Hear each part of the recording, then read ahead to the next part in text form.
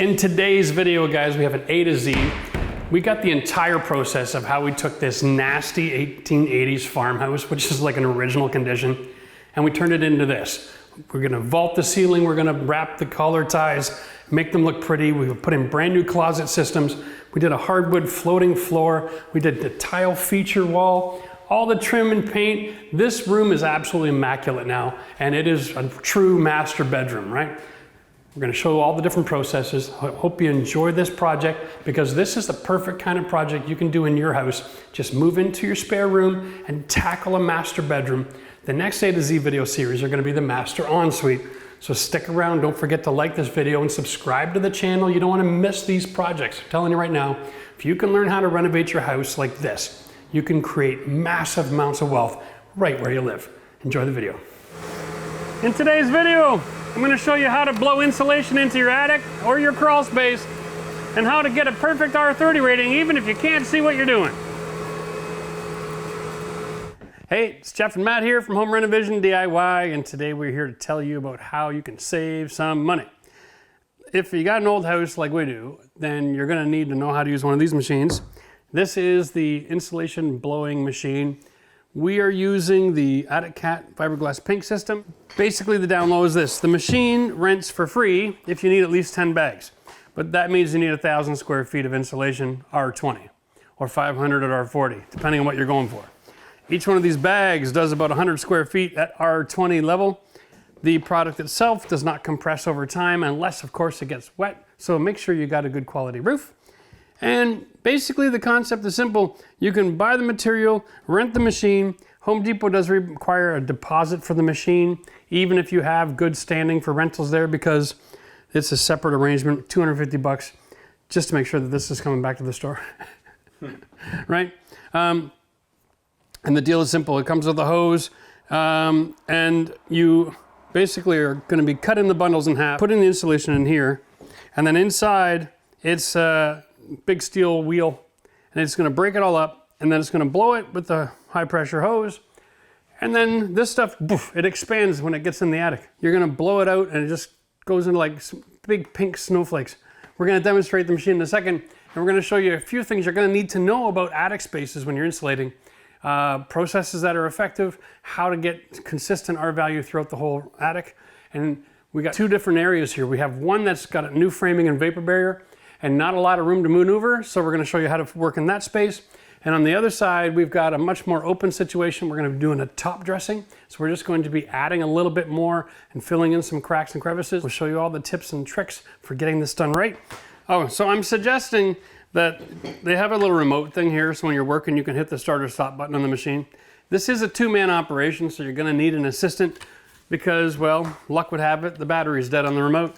Big surprise, it's a rental. And I'm gonna have to be yelling at Matt to start and stop the machine as I need it. Frustrating. Anyway, you're gonna need an extension cord. Just a single 3-prong with a ground, okay? Didn't come with the machine, thank God I had one. And then, Matt, we just have to connect the other part of the hose. Now, this hose is long enough, you can actually leave the machine out in your truck, and your second person can actually just be loading the machine. There's a window here, you can tell when it starts to get a little low. And with the remote works, that works great. But since the remote's dead, we got to bring the machine up here so we can communicate today, which is lovely. And it's heavy. It's a heavy machine. All right. I remember the last time we did this, we didn't read the instructions.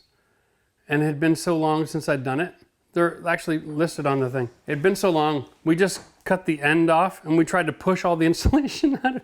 And we had a hell of a time. But if you follow the directions, it works pretty easy. So go ahead and cool. So you get your knife. There's like a dimpled marking here in the middle that you cut in half so you can feed into the machine. So I'm just gonna start by cutting the sides, deep into it, kind of like a steak, I guess.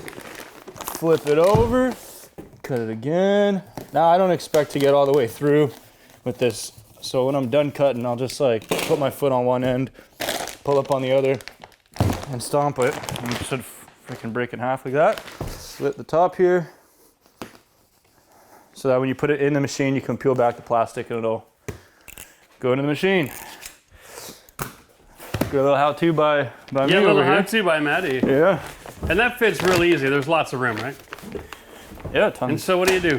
Are you like... I'm good to go. Are you pushing it in and leaving the plastic out, right? I'm gonna be grabbing the top of that slit I made, kind of like just leaning into it and pulling it. Oh, okay, cool. Yeah. All right, so now we gotta get up on the ladders. Me and Max are gonna get up on the ladders and we're gonna demonstrate how to do a top dressing situation. What we're gonna do is we're gonna start off and we're gonna shoot this as far as we can, try to get the fill all the way to the back of the other side of the room here, specifically aiming for the peaks to get it down those rafter joists, because you can see behind the insulation there's a huge cavity. There's no R value there. And it'll be the same for every one of those spots. So let's do the first half bag. We'll try to fill this with that.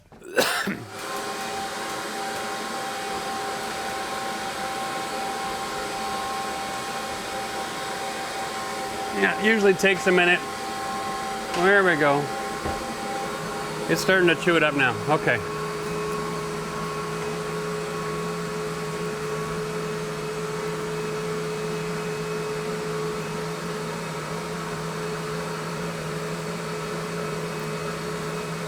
You can see I'm actually getting about 12 feet of directional control here, which is not bad. Just the one bag for now, right?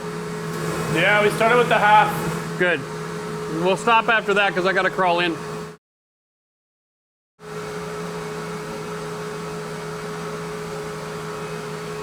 All right.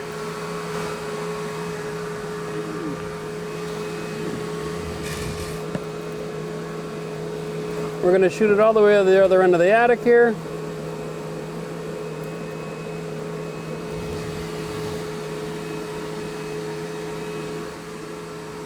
When you get near the end, you just shoot it up into the ceiling, and then it'll rain down on your spot. Because you can't just blow it, because it just blows away. So you got to rain up. As long as you do that kind of a technique when you get near the end, everything will be fine. Get nice even coverage. The land's nice and fluffy like.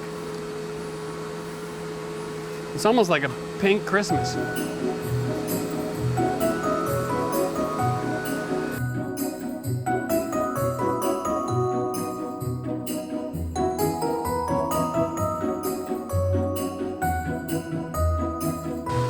And that's how you get a top dressing. We just added about 5 or 6 inches everywhere. That gets me, what's the bag say there, Matt? 6 inches is R20? R16. Okay. 7.5 is R20. Right?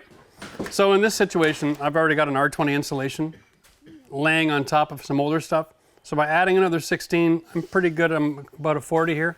And it fills in all the gaps in between all of the other bats. And so I finally have a nice layer. Now, let's go show you how to fill up a ceiling cavity with your Vapour Barrier in place. If you don't have one of these at home, they're crazy valuable.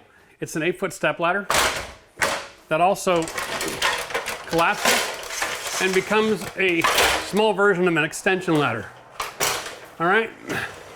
It helps you to reach really difficult spaces.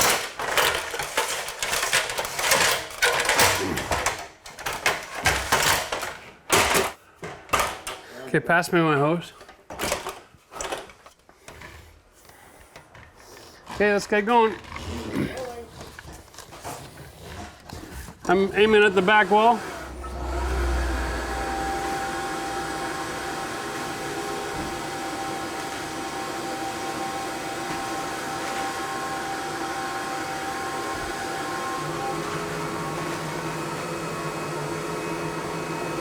Being able to see what you're doing is critical. You're looking for the total thickness. So I got 7.5 inches here. I want to go 14 3/4. so that's up to here.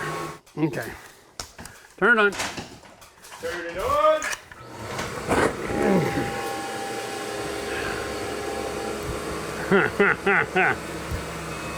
Wasn't quite ready for that one. Yeah.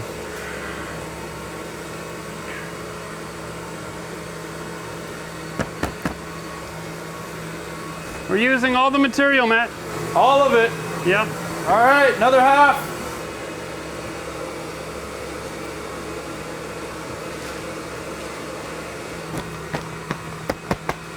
Nice.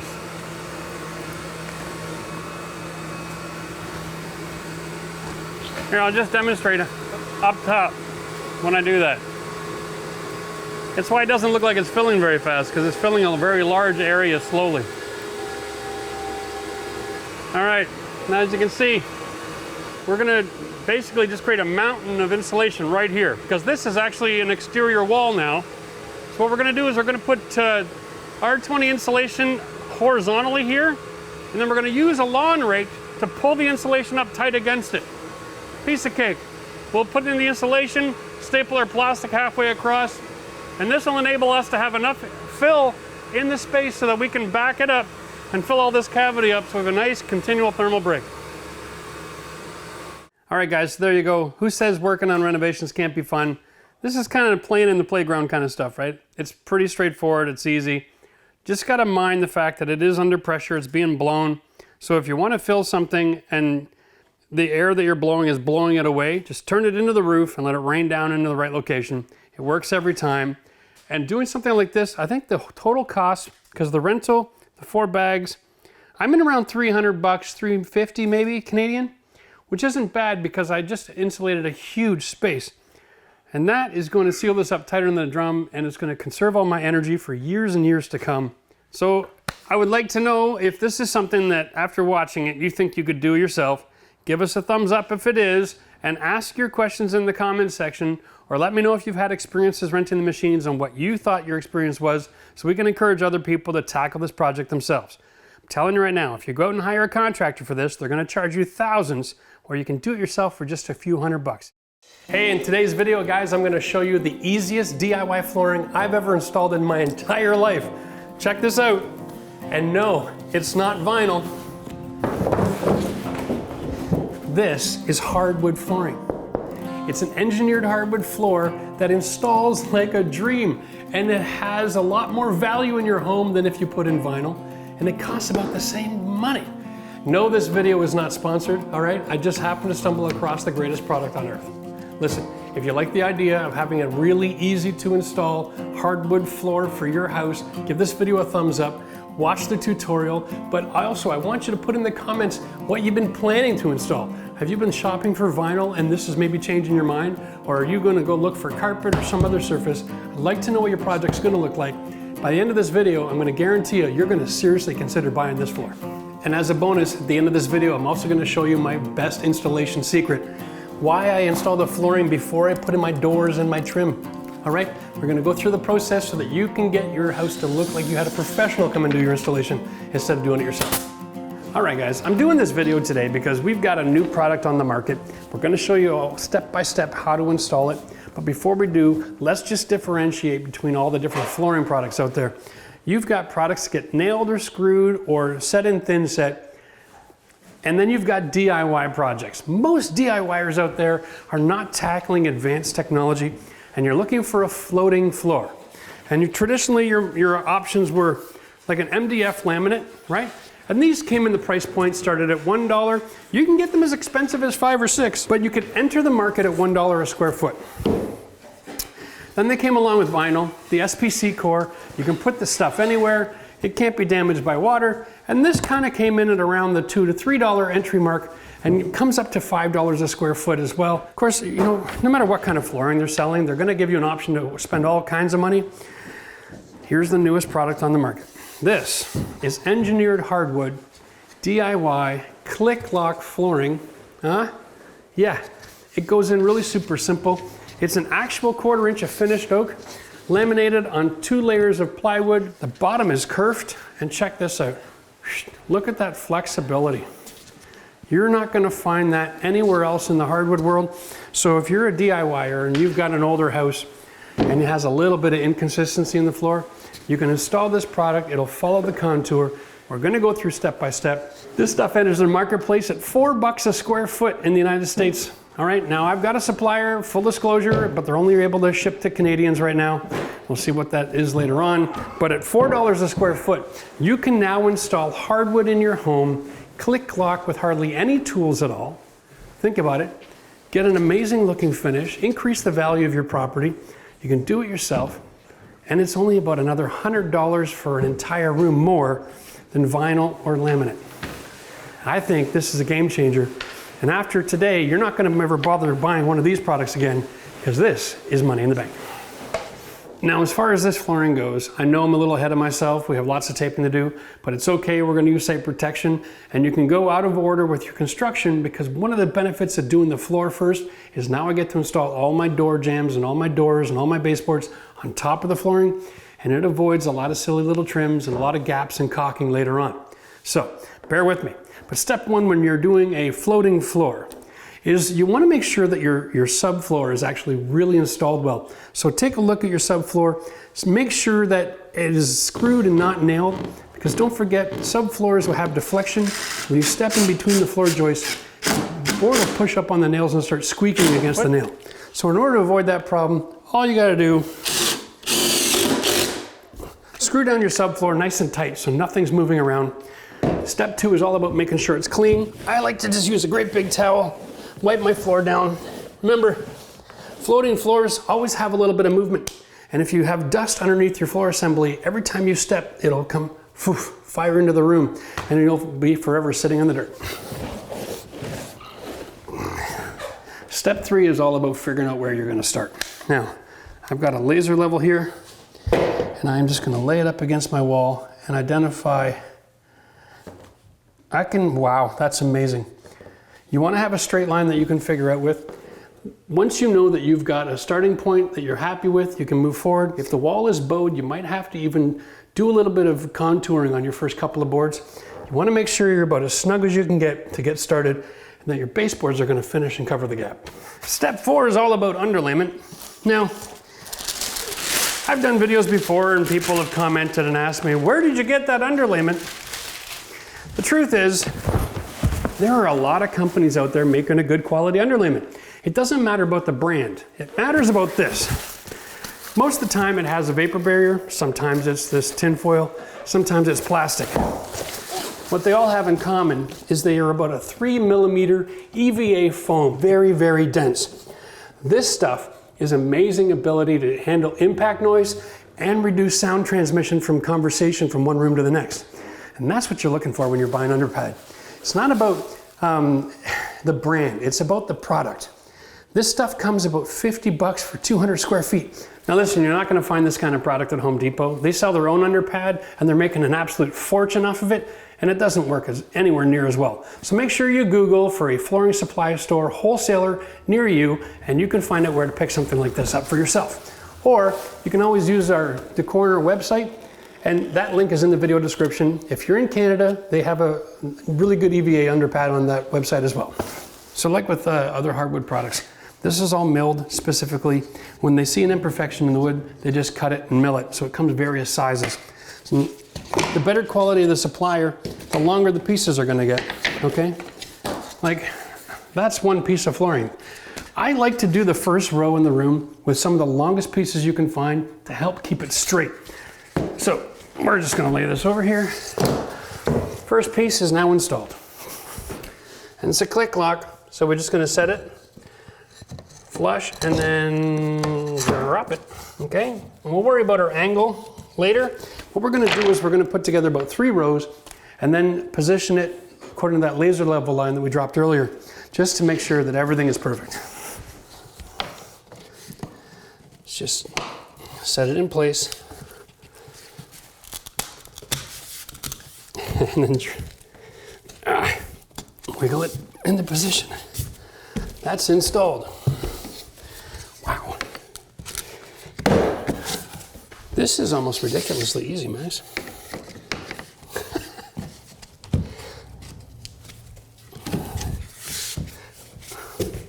This is crazy. This is hardwood without tools. You want to make sure you're always staggering your joints. You don't want them any more than 6 inches close to each other. That'll help keep everything nice and square. You won't get unsightly gaps down the road. Okay, now here we go. This is the only thing you need to know is how to cut and measure, all right? And you don't want to get tricky like this. The best system is you take the tongue, you turn it around. So now you're measuring by putting the finished board up against the wall and then measure back to where it meets. Take a little bit off, make your mark, you cut it, and then you flip it around to install it.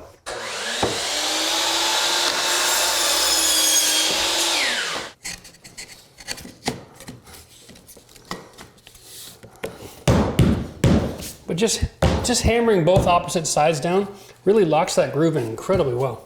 We're gonna be installing a door jamb. And that's part of the beautiful thing about DIY flooring. If you put the flooring down before all your doors, everything looks great when you're done, right? Perfect every time. So as a DIYer, one of the secrets to success when you're doing your flooring is get the first 3 rows done. All that locking joint is gonna help really straighten out the flooring. And then take a piece of your baseboard that you're gonna be installing when you're done. I love this stuff because it's 3/4 wide and it gives you a really nice profile. You're gonna wanna slide it along your wall. And if there's a gap, just adjust your floor until every angle, everywhere, the flooring is covered with the baseboard, okay? It's the entire secret right there. And as long as you do it in that order, flooring and then baseboards, you're gonna be having a gorgeous look. Now before you install your baseboards, make sure you paint them first, because then when you go and install it, you can brad nail way up here, okay? And then just do your touch-ups and a little touch-up paint. You never have to use a brush down by the flooring. That'll make sure your flooring looks absolutely perfect and you're never gonna get those touch-ups. Pain in the butt. Once it's in place, you just take a drill and you can throw in a couple of screws where you know you're nice and tight to the wall. Okay, and that'll help keep everything nice and square. So the rest of the day you're building the rest of the floor, it's not moving around on you. Now when you're all done, come back and remove the screws because they're going to be sitting a little proud of the surface before you put your baseboards on. And the reason I do this is because if you're working along and you come to a place and you're working around a door frame or a closet and your floor is shifted a little bit or pushed too far or twisted, you're going to get to the other end of the room, just go to put your baseboards on and go, oh, you're going to have a gap somewhere because things are out of alignment. And it's too late then to move 300 or 400 pounds of flooring that's been cut around other obstacles. So get a couple screws in so you're holding it tight, and then you're good to go until the very end of the project. At that point, you can pull the screws out and add your baseboard. One of the best techniques for doing your floor is to get all of the major square footage done and then come back and work on all your details. So for transitions at doors and stuff like that, it's not necessary to work on this right away. Let's get the most of the project finished and then we'll get to all the details at the end of the video and I'll show you all my secrets for finishing off. Now we're going to start rolling out more underpad, laying more flooring down. It's cut and measure. It's pretty much basic and simple. Always making sure to constantly be cleaning, constantly be vacuuming, wiping the floor, inspecting, screwing down problem areas. It's all about the preparation. So once you get yourself repositioned, that you can maintain a clean space, you can get about 75% of the way. Clean all that and vacuum again and get all prepped up again. So it's a little redundant and boring, but trust me, if you take time with your preparation, it'll make all the difference in the world as well. This type of hardwood doesn't have an expansion and contraction rate like typical hardwood. So it doesn't need to be half an inch away from the floor with huge gaps. A little bit of gap is great. This has really advanced technology, so it doesn't expand and contract like traditional hardwood. Because of these kerfs, it doesn't grow in different kind of humid climates. So if you have basic heating and air conditioning in your home, you're not going to have a lot of dramatic growth, okay? So a little bit of space around posts and walls and corners is great. A 1/4 inch is plenty. You don't have to go overboard, all right? This stuff here looks like hardwood. It is hardwood, but it performs closer down the scale to like a vinyl flooring. It performs better than even a laminate, traditional MDF laminate. So don't be too concerned about leaving massive gaps around and using lots of shims. Just laying out the flooring and setting all your product on it will keep it from moving around and you'll be fine. So in some situations in your house, you're gonna wanna have the vapor barrier and you're gonna wanna have it sealed. Now most of these underlayments come with a little 2-sided tape action, all right? So you can actually peel the tape back, lay it down on the existing, okay? And then you can just pull it and peel and stick, and that's lovely. You can make a nice little vapor barrier there. And this is a great technique. You can actually install this on your concrete floor in your basement and put hardwood right on top. It's not recommended unless you have a newer house, but if you have an older house, you can put in a subfloor system, put in the underpad, and then you can have hardwood in the basement as well. I know it's crazy, but because it's a laid down floating floor, and there's no fasteners, you don't have to worry about affecting your subfloor system and your vapor barrier in your basement. So now you can have hardwood in the basement. Now, when we're getting into situations like this, if you want to just get the volume done first, you can always start off your structure that's causing you an issue. keep building, do the rest of the room. At the end of the day, we can come back and do all these little different cuts. We've cut and measured this, so it'll fit just fine. No, you didn't, Nate. You cut it short. I'm thinking baseboards, no? Yeah, you're thinking 3-inch baseboard, man. That's a hell of a baseboard. Like right now, I'm fine, but I got another 1/2 inch to go underneath. When you make a mistake, and you will, don't panic. Just set it aside. You're going to cut one side wrong. You can just make it a starter strip. Just cut the other side, set it at the other end, and keep it around so when you get to an opportunity to use it, you can cut it in. That way you might cut off a little bit more, but you don't have too much waste. Another secret to avoid waste, when you get to the other end of the row, and let's say you need a 6-inch board, go grab something that's 3 or 4 feet. Cut the end for that one, and then you have a nice big board to start the next row with. Don't be afraid to cut the big ones because they can make it a lot easier to finish and start without having a bunch of little pieces at each end. Well, if you cut it long on purpose, you can always cut it again. Yes, sir. Nothing wrong with cutting it twice. Did it right that time. We also need to cut off the tongue.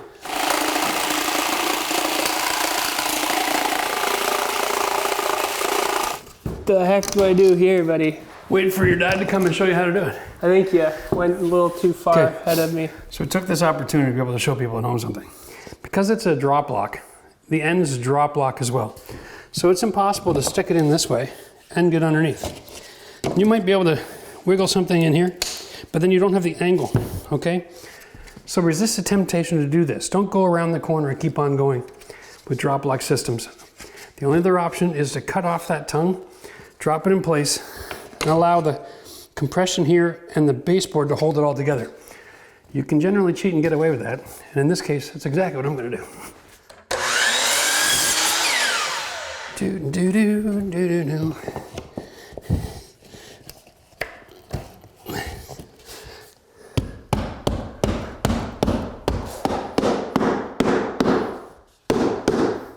Almost perfect every time.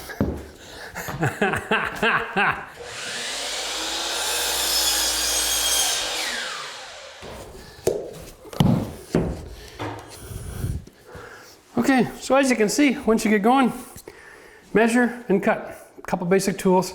You don't need to have a chop saw to do a floor like this. You can do it with a handsaw or a skill saw, a jigsaw. Just make sure you're using sharp blades so that the tools work and you're not wasting your time. The hardwood flooring also works with that laminate flooring crunching tool that I have. The crusher, the guillotine. So, you know, feel free if you got one of those, you can use that as well. Here's a quick trick. When you're finishing off a roll and you gotta start another one, nothing's ever cut square at the factory. So overlap them a couple inches, cut them at the same time together. And then your product will seam together really nice. As long as you don't step on it and move it all over the place like I just did. Okay. Okay, baby, here we go. I'm gonna show you how to do this. Yes. Most of this floor I installed facing the other direction. Okay, so I was pushing it in. It's actually quite difficult. Oh. Once you have enough room and you can work from behind, Towards you. it's easier to pull and push. Okay, Sure. so grab your board. Okay, you want to slide it in the groove, nice and tall. Yep. Slide it over till you make contact here. Yep. And then start laying it down. Okay, and use your thumbs to warp it to the contour of the floor. Wow. Now, Okay. this is a click lock, so this side might be higher. Okay, so make sure when you put it in, you're pushing it down, paying attention to those joints. Okay. There you go. Well, you Give fixed it. A shot. it. Well, I Okay, high end up. Okay, let me just get a feel Okay. for it. Yep. Okay, nice and tight Okay. there. Now you want to just pull it. Yeah. So you're awfully quick to drop it down. You want to am. be careful of the lock. Okay. Okay. So when you're putting it down, pulling it towards you, making sure that this gets nice and tight, and then set it in place. Right. And then what happens because that happens? Yes. The next board is what locks that joint together. Nice, nice. Okay. And at the end of the wall, Wow, what it's holds nice it all and down flush. is the baseboard. Sure. Piece of cake. Yeah. All right. Well, I'm going to go to the store. You can finish off the rest of the room. I mean, I'm gonna take. I don't mind taking the challenge, but No, that's cool. I like hanging out with you. ah. I'll let you do the metal parts, and I'll do all the cuts at the end, okay? Okay. So the old goal is just trying to make sure that over the course of 3 or 4 boards, your joints don't line up, and they're 4 to 6 inches apart. Okay. That's the goal. If you have to cheat a little bit here and there, it's okay. Yeah. But at least that way we don't end up having like reoccurring joints everywhere. No, we don't want that. All right. So we have to open up another box already. Oh yeah, for sure. Like that was it. Okay, you want me to do it? Well, I'll work with you.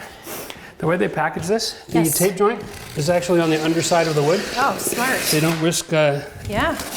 wrecking anything. Oh my gosh. I love the grain in this wood. It's like so unique. You know how some flooring has like the same 5 different grain impressions? Whereas this one's got like 20, I'm sure, or more. Well, a million, because there's no board the same. Well, okay. It's real wood. Yeah. Because you're right, because the laminate and the vinyls all have like reoccurring pictures. Yeah. And you don't get any of that problem here. Yeah. Oh, that's a nice long one. Well, that speaks to the quality of the product, right? Can I have a really short piece there, babe? Thank you very much.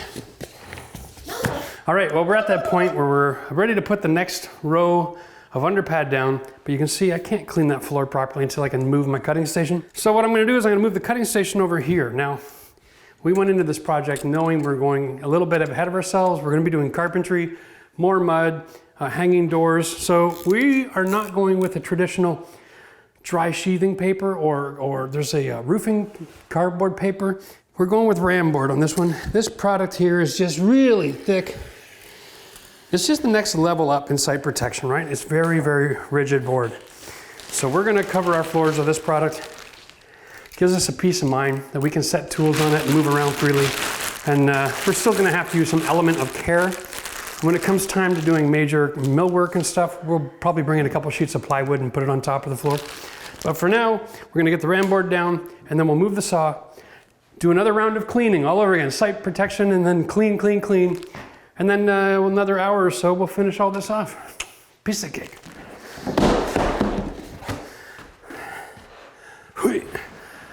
Site protection.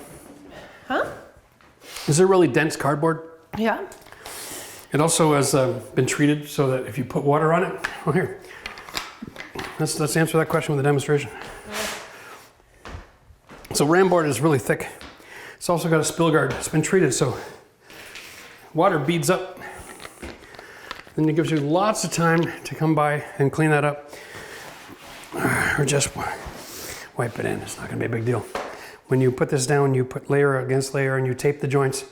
You got a really nice protection layer. Make sure when you install it, you cut it short of where your baseboards are gonna go, so you're not always fussing around after the fact. If we don't cover the last 2 inches around the edge, we can always take time with the rag and wipe off any mud or paint or whatever hits there later, but you don't want it in the way of your finished carpentry.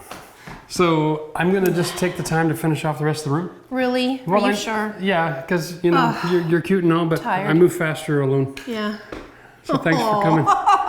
Tomorrow, I'm gonna let you put the cardboard down. You can use the blue tape to join the seams together. Sure. This is important. Don't use this on the floor. Well, I know, because it leaves behind the... Someone's been watching some videos. Lots of green tape though for getting all the ends. And then I got meetings in the morning, but then afterwards I'm gonna be up here doing my taping. And you got meetings now. I got meetings now. There's a lot going on. Yeah. High five. Members are gonna love us Life must go on. when they figure it out. Okay. Okay. Kisses or am I too hot and sweaty? Nope, never. You. Yeah, I know. I get disgusted with myself there. See you, baby. Bye. Okay. Okay. Here we go. Now we're all set up at the other end of the room. I have to clean and prep and start my process over again, but I only have 1/3 of it left. Now listen, this is all done in one day. It's only 1:30 in the afternoon, and we're taking the time to film and move everything back and forth. Trust me, this is the most convenient flooring you could ever install. And just for a point of reference, this flooring costs $1 less a square foot than life-proof vinyl at Home Depot. Think about it. If you're Canadian, this is a hell of a deal. If you're American, I'm sure that somebody is importing this for you. Take a look around and see what's on the market. Remember, one of the benefits of doing this kind of flooring is it's click lock. If you make a mistake, you unclick it. You don't have hardware fasteners and major issues to go with and risk of damaging your floor while you're fixing a board. It's an awesome product. And when you go to sell your house, you can say, I have hardwood everywhere, because you do. You're not lying. It's an engineered hardwood floor, but it's just engineered to make it easy for DIY installation. Gotta love this. All right, one of the most popular questions I've been getting about flooring videos is how do you do the end row? What's the secret to getting that scribed and cut properly? We're gonna show you right now. So first we're going to take a piece that we're going to be cutting, and we're going to line it up with the existing flooring right in the same spot. And then I'm going to take another piece of wood that's the same length basically. I'm going to set it on top, and I'm going to push it until it makes contact with the wall. Okay? Then you're going to take your marker and you're going to trace that. Now I know there's a little bit of a tongue here, and the goal here, because where you don't have baseboards yet, is not to make it fit so snug that there's no expansion contraction room. So by doing this, we're actually going to end up with about a 1/8 of a gap, maybe even a little bit more depending on how generous you are when you cut that line. And there you go. Now you're scribed. Now all you have to do is you can take whatever saws you have available. You can use a skill saw. Because this area here is going to be garbage now, you can actually screw that to another piece of wood or a sheet of plywood or to your workbench, and you can just use your circular saw and you can rip that off, or you can use a table saw. Now, I'm going to do the whole room. I have a table saw, so obviously I'm going to use the good tool, but in case you don't have a table saw, why don't I just show you how to use the skill saw anyway. Now the reason I love this table is it has a roller. Okay, so what I'm going to do, guys, is I'm just going to set up my saw. I'm going to hold the plate with my thumb and this, and I'm going to bring them together until I'm in the meat. And then I'm just going to hold the saw still and pass the wood past the blade and kind of create an inverted table saw effect. Okay, here we go. The secret to keeping safe here is don't move the saw, move the wood.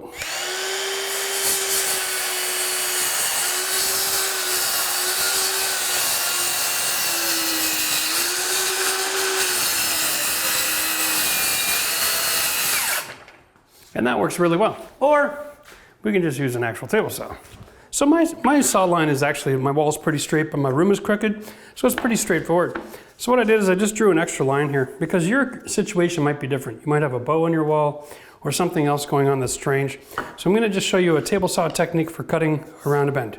Of course, the blade is 10 inches wide.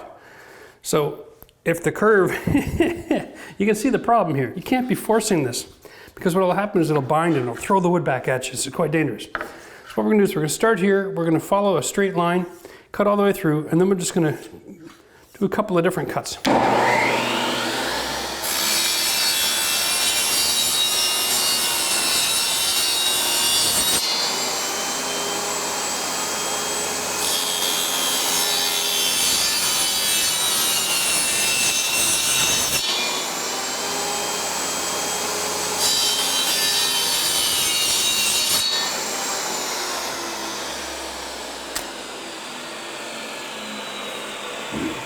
And you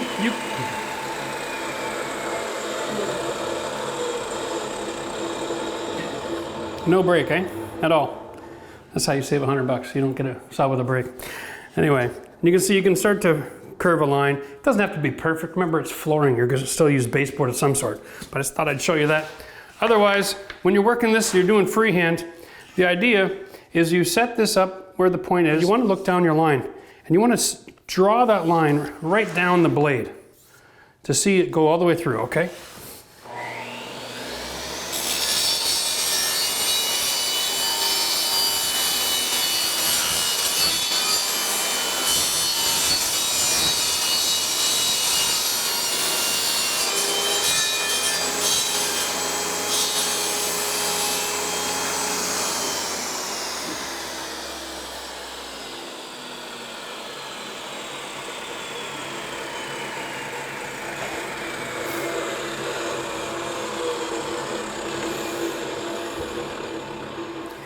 Okay, here we go.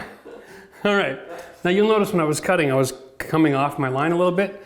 Instead of twisting or turning, I just backed it up and gave myself a little bit extra space and then readjusted my approach, okay? That's a safer way to use the saw than just trying to twist it around. The blade is too wide to treat it like a jigsaw. All right, let's go see how this works. I love these moments, Max. It's my opportunity. People can actually find out if I know what the hell I'm doing or not.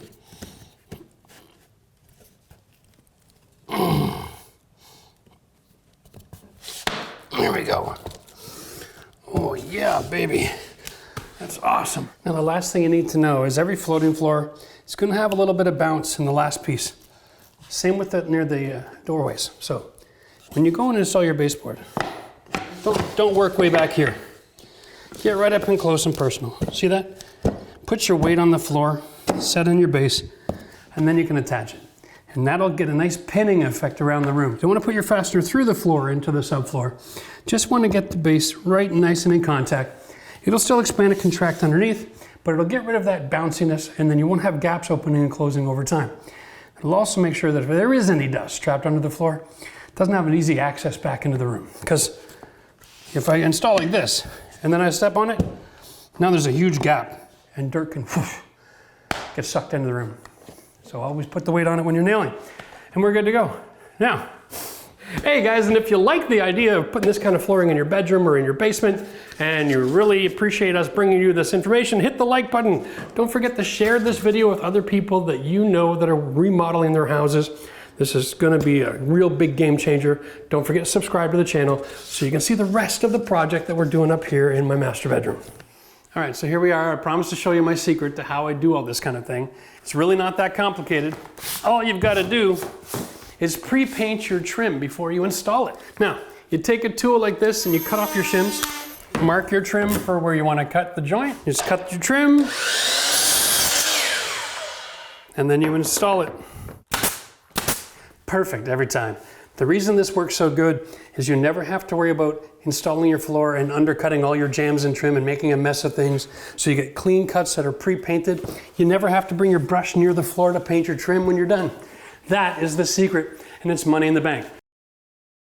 Hey guys, Jeff from RenoVision, and I'm up in my master bedroom today, and I've got an awesome project that's all about how to build a feature wall. I'm telling you right now, if you go with something that looks like natural stone, if it's a natural occurring product, it's timeless. We're gonna create this accent wall. We're gonna go with porcelain tile. We're gonna go floor to ceiling, and we're gonna make it absolutely amazing. And then I picked the most difficult tile project available to do this wall, so I can walk you through all the processes of layout and design and your strategy and how to measure, how to start it, how to finish it, and how to make it so that you don't have any lippage. I'm in an 1880 farmhouse. This wall has got bends and curves and everything else. We're gonna go through all my tips and tricks on how to tile a wall so you can be like a tile pro when you go work on your project at home. That way you can impress all your friends and family, all right?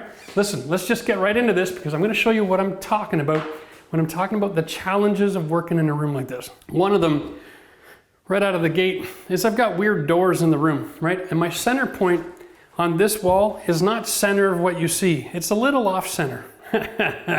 So when I'm laying out this design, I've got to try to make sure that I get that illusion of space. Way up here in the corner, I've got a peak on each side, and that is almost 8 feet wide. Now my tile is 1 foot by 4 foot long, and I'm going horizontal, so I'm going to have an 8 foot wide wall.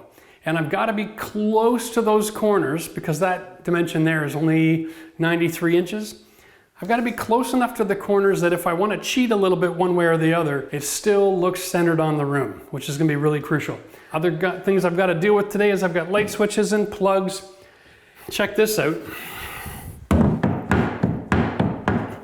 That's right, I got a bow wall. Lovely. But there are ways that you can get around that. And I'm just going to let you know that if you're going to go with tile, the rule of thumb is simple. The bigger the tile, the more difficult the install. I know in the back of your head, you might be thinking the complete opposite. It's like, well, there's less pieces to put on the wall, but you have to think about tile as it doesn't have any flexibility.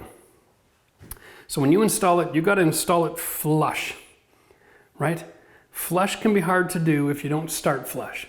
So we're going to go through the process and show you all the tips and tricks, how the cheats, so that you can make it look flush if it's not, or you can build it flush if you need to.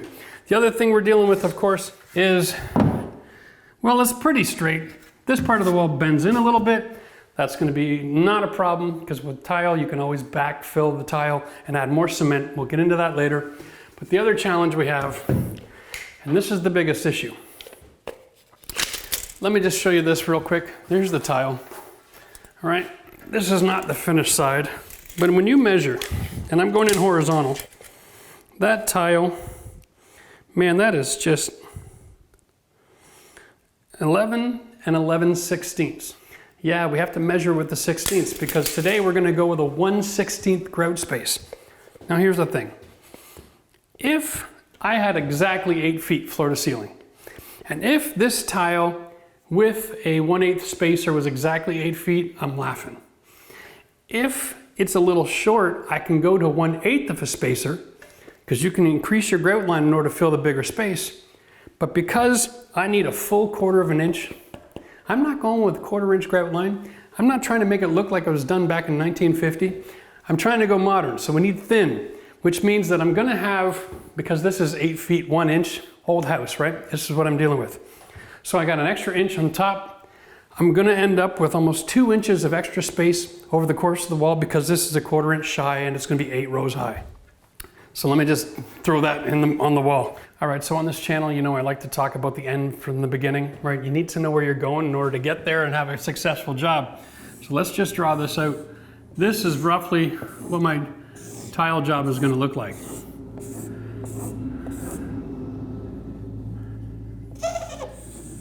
There we go, okay.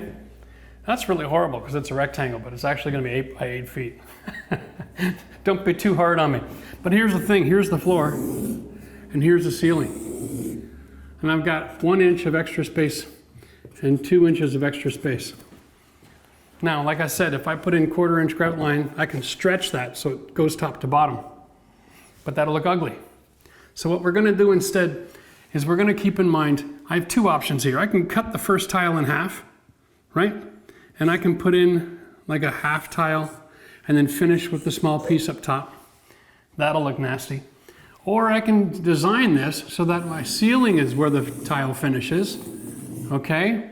And down here, I've got my 3 inches. All right? Now I've got a 6-inch baseboard, and if I cut the baseboard around the tile after the fact, it's going to look just fine, and here's why. This feature wall is actually designed to have a cabinet in front of it. So all of a sudden, having that tile not make it all the way to the floor is not a real big issue. You're going to find when you go out to buy stone and tile that almost everything is designed for 8 or 9 foot walls, okay? Small tile for kitchen is designed for the 18 inches between the upper and lower cabinets, and tile on walls is designed for an 8 or a 9 foot wall. If you have any variation in that, you're gonna have to get creative. So what we're gonna do is we're gonna do the math from the ceiling down, and we're gonna install a nailing strip to put our tile on. And I'm just grabbing a piece of doorstop, okay? We're gonna throw a laser level line on the wall. We're gonna install this 3 inches off the ground. But instead of 3, I'm gonna go with 2 3/4 inches.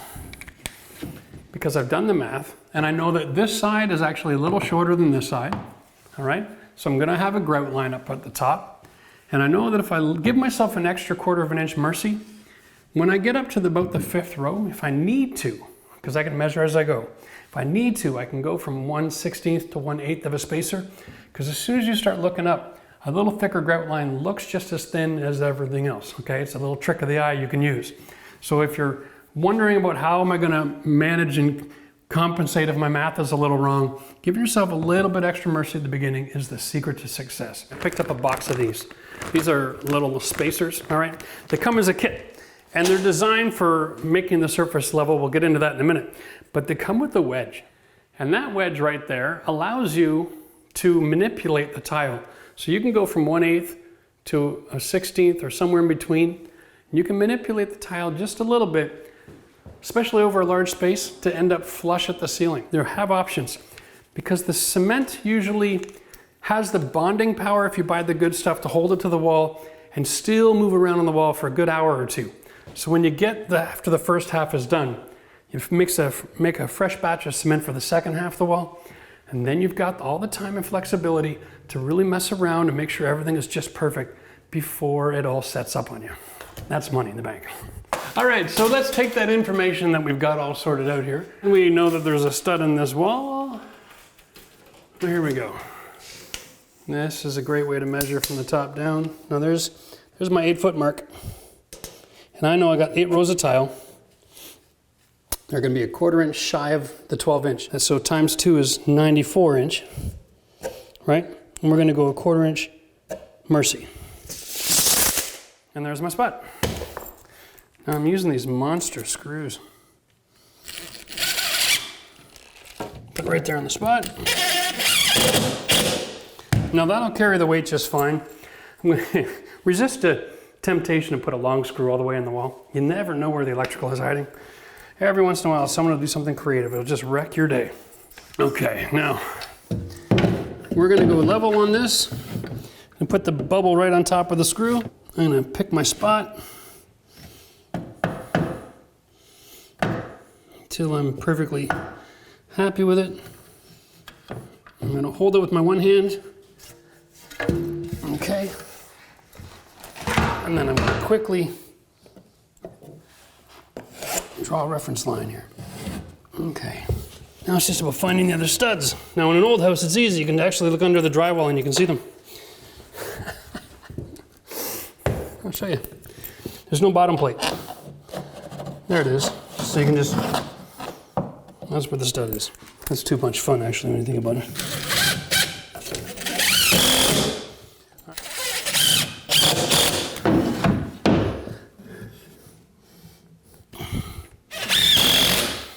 It's not uncommon in a lot of tile applications on walls that we'll actually use a starter strip like that. Any bathroom that's not a wet area, we always use a starter strip because we don't have a waterproof membrane that we're compromising. So this is a great way to start.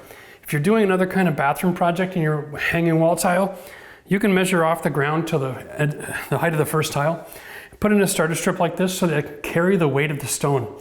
And then the next day you can always add the bottom row. Piece of cake.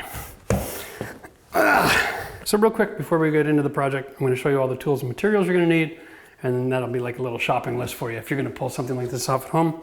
Okay, first of all, you need 2 pails. One to mix your cement, and of course, one with full of clean water, and you're going to want a new sponge, all right? That's so you can keep things clean as you go. The biggest mistake that everybody makes with tiling, especially on the internet, you see it every time, is they have all kinds of cement in between all of the grout lines, and then they have to try to clean that out after the fact before they grout. Maddening, all right? I'm gonna show you how to avoid that most common mistake so that you don't risk chipping your stone while you're cleaning out the cement. Nobody ever shows that mistake, but I'm telling you right now, 90% of the tile projects done on the internet have all got chipped tile because they had to clean the cement after the fact. It's just the way it is. You need measuring tape, knife, and here's the wedge system I was talking about.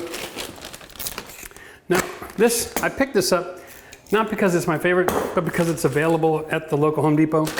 I know a lot of folks, especially in the residential world, you're not gonna go down to the tile supplier to get your materials, and you don't mind paying 2, 3, 4, 5 times as much to get the same stuff at the Home Depot because it's convenient. So here's how this works. It's a wedge, the tile goes in between the two, and the flat part goes on the bottom. And the more you force this together, the more compression there is underneath behind the stone. And that helps get rid of the lippage. We'll show you that as well. And if you aren't gonna invest in that kind of system, I'm also gonna show you how to just work with regular spacers. This is a 1/16 spacer. Read the package, nice and simple. You can use this as well.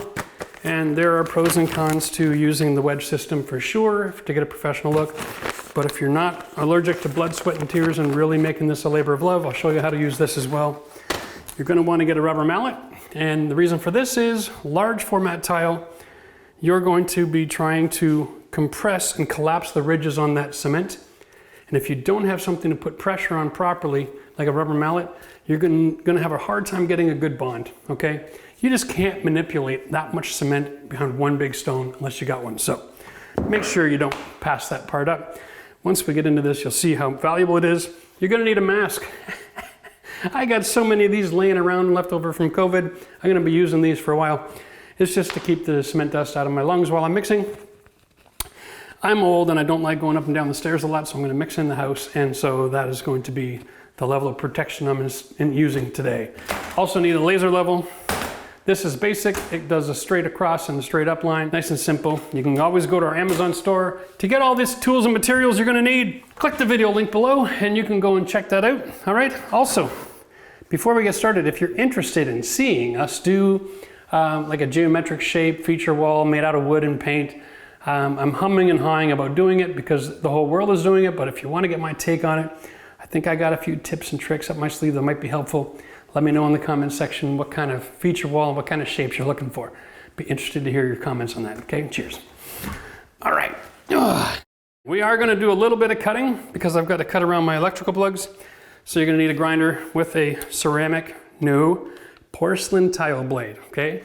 Don't cheap out and get the $6 one. You're gonna need about a $40 blade for this project. If you're gonna buy really good tile, you need a really good blade. You just can't have one without the other.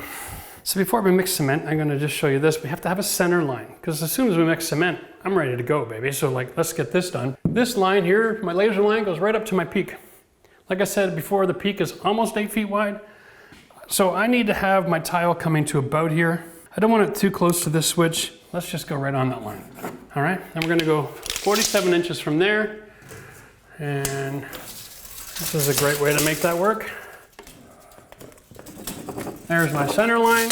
I'm just gonna bring my laser level over.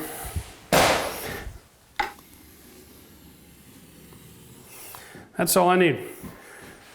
Because once I get my first couple tiles on, I'll just keep following out corner to corner. Remember, I purchased rectified porcelain here, so every tile is exactly the same size. There's no variation. Be careful when you're shopping for stone or tile. If they can have up to a 1/4 inch variation in both dimensions, right? The width and the length. So be careful for that. If you wanna install simple and have it look perfect, then you gotta buy good stone. Might mean an extra couple bucks a square foot, but we're talking about 64 square feet. And do you want to waste 4 or 5 hours of your life trying to fix everything up perfect when $40 would have solved that problem? Me neither. All right, guys, so here's my cement mixer. This is what it looks like. It's really simple. It's not like the same as the drywall mud mixer, okay? Get one of these, and then we're gonna wanna make about a half a bag of cement, and that takes about that much water. Don't ask me how I know, just been doing tile for a long time. The pail is full to about here, eh? About 2.5 inches. And if you start there and you put in a little bit of cement and mix it up, you're allowed when you're mixing cement to mix it and add a little bit more cement or more water till you get to the consistency you want. As long as you don't let it sit for 10 or 15 minutes. Once you let it sit, the curing starts happening, and then adding water cement after that fact is a no-no, okay? So make sure you get it the way you want it right away. I'm gonna go through what cement should look like right now. Well, here's it for the rest of the power tools. It's my slow mixer. I use this for drywall mud and cement and thin set. All right, there you go. If you don't have one of these, you could use a regular chuck drive drill. Just make sure you're mixing small batches. You don't want to overwork the drill, okay? Yeah, here we go. Now, this is my thin set I'm using today. There's no such thing as the right bag of cement for an interior wall in a dry area, okay? So you can get the cheapest stuff you can find.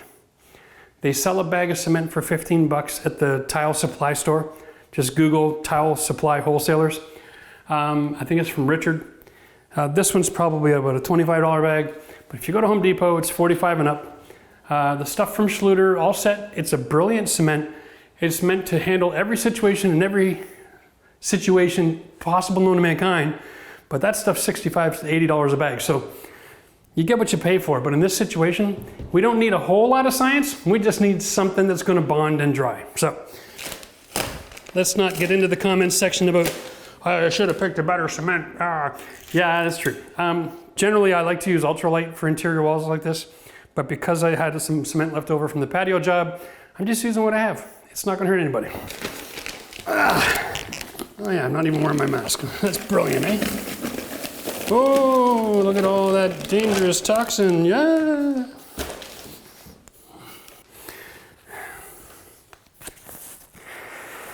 For everybody who wants me to live another 5 years to continue making videos for you guys, this is for you.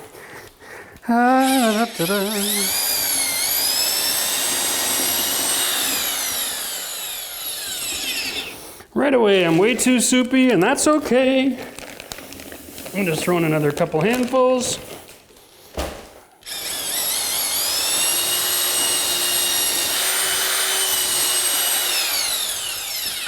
And now I'm way too dry. And the way you know this is, you want it to be, what's the right consistency here? Somewhere in between pancake batter and Cool Whip. Because once we're done mixing, we're gonna let it sit for 10 minutes so it sets up. Okay, and that's the point where it's gonna have a little bit of stiffness. Once I get this way I like it, we'll bring the camera right into the pail and I'll demonstrate what you're looking for, okay?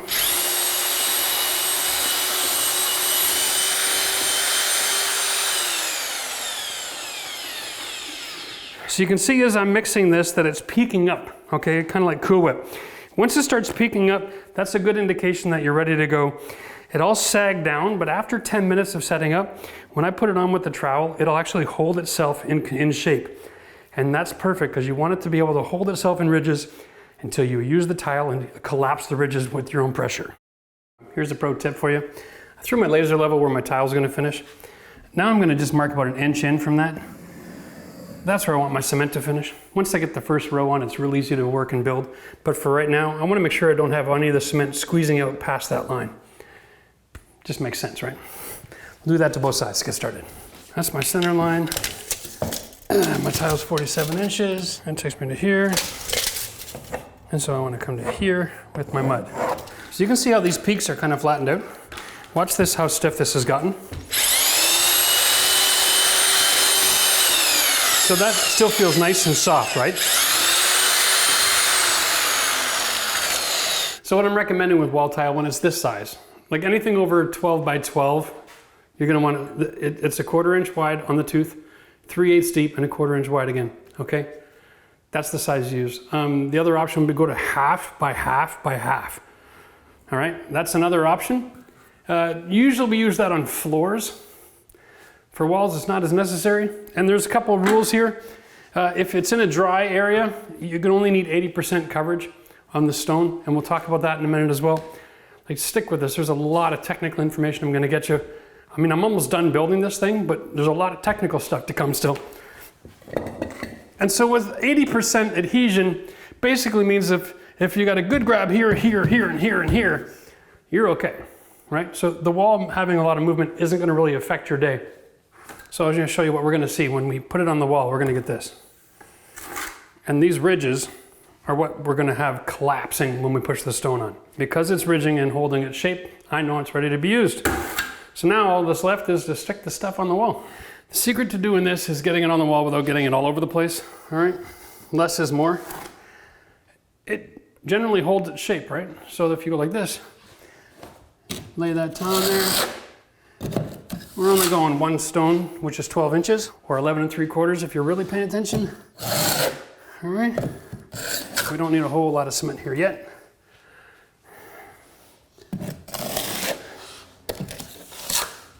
Now, in the world of tile enthusiasts, they will tell you that there are rules about which way the lines should go. So when you're collapsing your ridges,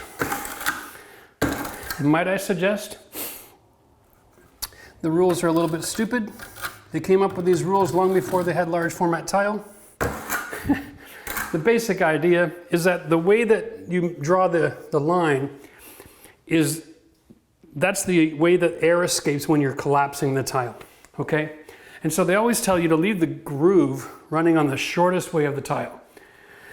So if your tile is 6 inches by 1 foot long, you go on the short side, because that'll work. If it's 12 by 12, pick a side, it doesn't matter, they'll both work. If it's 12 by 24, all of a sudden, they want you to go, it makes no damn difference, to be honest with you. And if you have a problem with my opinion on that, then go ahead and get as technical and scientific as you like, but just stupid. I like to go horizontal when I'm installing horizontal, because when I'm installing horizontal, I like to set my tile in and then collapse the ridges up and away, all right? And so that's why I do it this way. And you may not like my method, but it has served me really well over my career. That is cement on the wall. Doesn't look like much, but if it's flat, you're fine. Now, since there's no such thing as a flat wall, I'm going to suggest that we have an option here. One is to back butter the tile, which means you take the straight edge of the trowel and you use it to apply a thin layer of cement on the tile itself, like buttering toast, which is where they got the concept from. All right. And what this does, wherever the tile makes any contact with that cement on the wall at all, even in the smallest, barely touched it, just, it's gonna bond, okay? And that is the goal. So now we're gonna take our big stone here, we're gonna set it on our wood, yeah, we're gonna slap it on. And that's good. There we go, we're almost done. Now let's take a look at this and we'll see what kind of bond we get. All right. There we go. You'll see I got great bond on that side, great bond on that side, not so much in the middle because the wall's not flat. Let's throw some ridges on that part of the tile. Okay. There we go. Now, this is the secret for not having cement in your grout lines. Remove it. I know, it's such a trick. Make sure the tile is clean, all right? Top and bottom. One of the benefits of the ridges that we created is it makes room for these tile spacers to be installed, okay? Once you've cleaned, you can put in these spacers. This is how you do it. Always put the spacers once you're clean. Now you can put the spacers in after you've done the cement on the next row if you like. That's a good idea.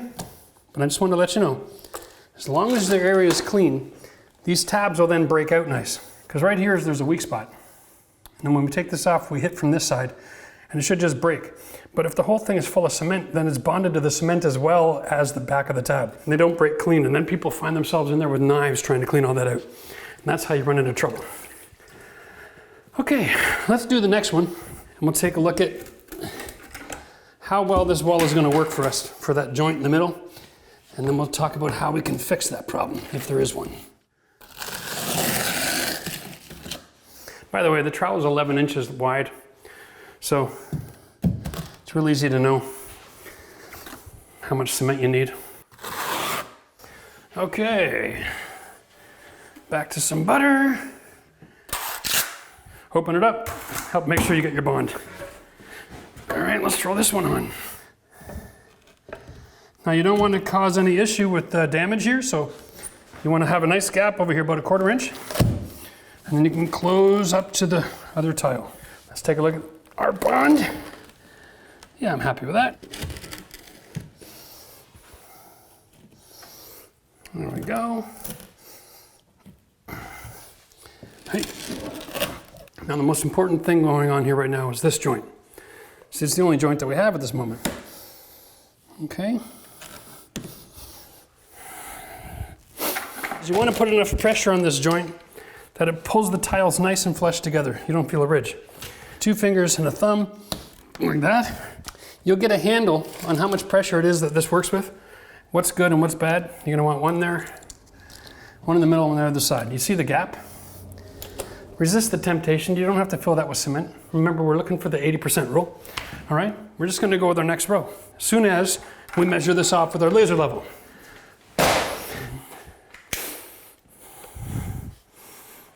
So the actual height of the tile is irrelevant. We want to have the same distance to the laser line from each end of the stone, okay, before we get going. That's how we know we're level. And I'm getting the line right on the tape measure itself. I'm not trying to read the line on the wall. I'm 14.5, just on the low side of that. I'm 14, and believe it, 1/4. Isn't that amazing? Okay, it's an easy fix. We're 1/4 inch out, but you can see here, I'm about 1/8 of an inch out.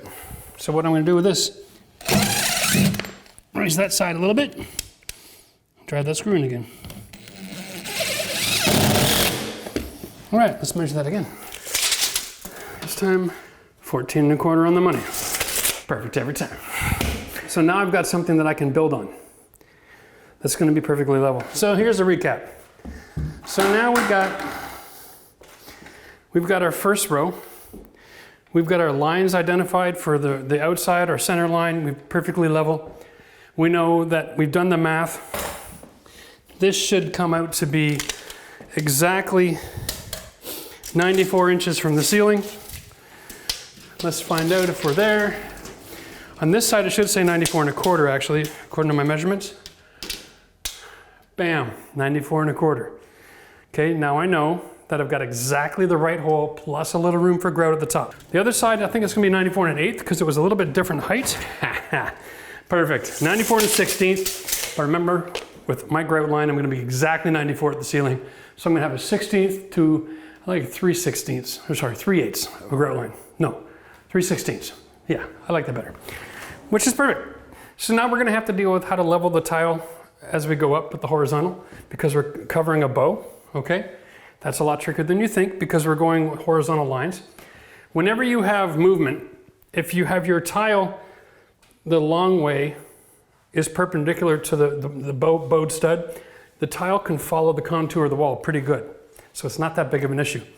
I mean, if it's really exaggerated, it'll look stupid if you stand right up to it, but you can always take some drywall off, cut the stud, push it in and throw in a screw, and that'll straighten it out for you. We also need edging, okay? Knowing the end from the beginning, I went out and I picked up some of this plastic edging. What this is a 3/8 edge, okay? And it goes over the edge of the stone like that. Because porcelain is not natural stone, it has a different color and texture than on the face. So this is used to cap it, all right? And that gives it a really nice clean look. It also gives you something up against the drywall that you can fill the gap in behind this, add a little bit of mud or a caulking and then paint it in and make everything look seamless, right? So what we're gonna do here, one of the reasons we wanted to leave some room here for the first stone so that this can slide in behind. Now, for the rest of this installation, I don't want it sliding in behind. Okay, I'm just gonna install that nice and long. I'm actually going to put this with cement. I'm gonna trowel it in now from now on in. Okay, just a little bit to get it in position, and then I'm not gonna have an issue, okay?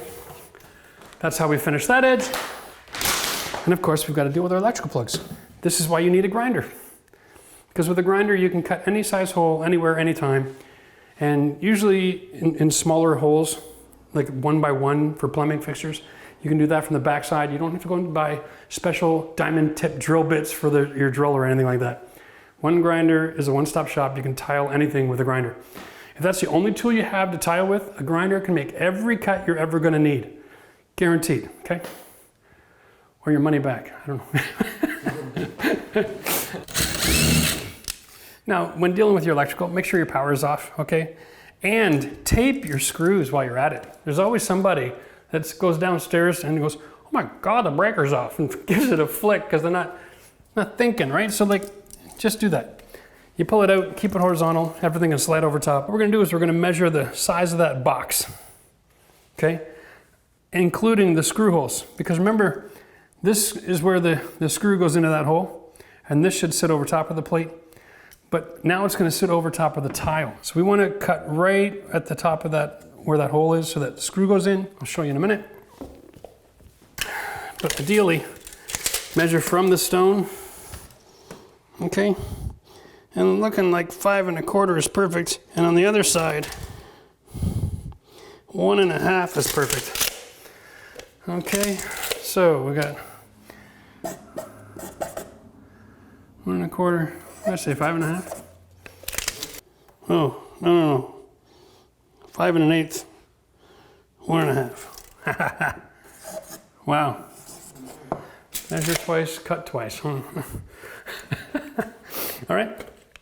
And then we also want to measure from here, coming across. That to me looks like 5 3/4, and then 7 7/8. There we go. So, I'll take my stone here. And I know it offends a lot of people when I call this stone, but my God, it sure feels like it when you're carrying it, doesn't it? Let's put on our left to right first, 5 3/4. Now I'm using a black marker. Not everybody should use a black marker on tile. Even a polished tile, it doesn't necessarily wash off, okay? So don't take it for granted. I'm quite comfortable with it though. So we're just gonna kind of draw that square, a little rectangle there. And remember, you've got options with cover plates. You can go standard size cover plate, which will cover it no problem. Or you can go with a king size plate, like an oversize. And even if you make a little bit of a mistake with your grinder, don't sweat it and get a new stone, okay? Just Make sure you have oversized plates with you when you're working. You can always check the oversized plate versus the hole. Because when you install this, it goes left and right. It slides around on the screws. So you got a little bit of play there. It's not really a big issue. All right, that's that one. I figured before we grind, we might as well get the other measurement for the other one too. All right guys, I'm gonna go outside now and just cut my stone. Only takes a minute.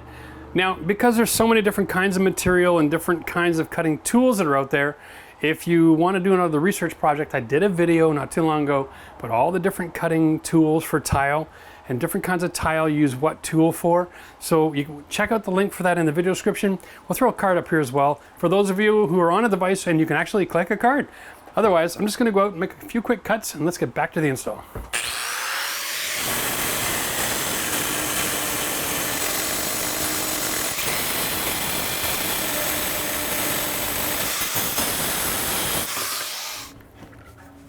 Okay, here we are. We'll set it on the clips. All right. Make sure that you set the clips just before the tile in a clean joint. You won't ever get cement squishing out. And that is the ultimate problem that you're gonna run into. Okay, we're just gonna set them in place for now. We'll squeeze them all once we get the other tile, because you wanna establish all of these. See this tile here, this can be pounded in a little bit still. Don't forget, we have the rubber mallet for a reason. We have the ability for an hour or so to really play around and set all of our depth just perfect. So don't be afraid in too much of a hurry to say, oh, I got a clip, I'm gonna ramp it down, because you might be setting everything too close or too far off the wall. Get a couple rows in and always be tightening things up behind where you're working, and you won't run into this issue. This is one of the most famous words ever spoken on HGTV. Back butter. Oh boy, oh boy, oh boy. If you know how to back butter, you must be a tiler. This takes the same skill as buttering toast. Does not make a tile trade pro. You can tell in a job like this that although it's not overly complicated, it is time consuming. And so if you're gonna hire somebody to do a tile project for you, make sure you can afford to pay someone the amount of money that it's worth to get that project done, or just learn how to do it yourself. Because a good tile guy, don't be surprised if they're $150 or $200 an hour. It's not because they're making a fortune, it's because the cost of business is expensive. And let's make a bit of a mess on purpose here, hang on. Oh yeah, now it looks like every other homeowner, right? How do you clean that up, Jeff? How in the world? Okay, a couple quick issues here. This area, you're not gonna get any mud there with a trowel. So take it over to the tile, put a nice dollop. Take the heel and clean it out. Okay? Make sure you get all that extra cement out of the way. And get your sponge. And cement's messy. Every time you get something on your sponge, just clean it. Now take the edge of the sponge with your finger, okay? Right here. Problem solved. Now you can take your clips. You want to get two in behind here, because sometimes, same thing, you don't want any cement in the way. Okay? Push them in nice and flush down this way, because that's a 1/16 spacer. If you have it raised up like that, you got the wrong size gap potentially, okay? Here we go. And we should put one for every foot, I think, hey Max? Why not? They're not expensive. All right, here we go. I think we're ready to roll. I'll take the tile now, set it on the clips. It's also nice because there's clips. It means you're not laying stone against stone and risking chipping the glaze. Electrical, make sure there's a nice gap here so you can close. Clips in the way. Slide it over gentle. Okay, I'm gonna make sure that this gap is lined up perfectly.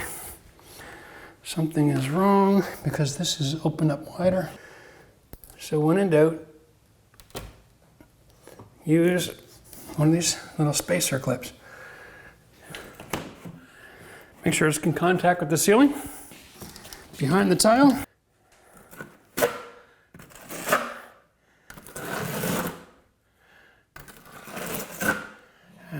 That'll be enough to hold that in position for the next little while.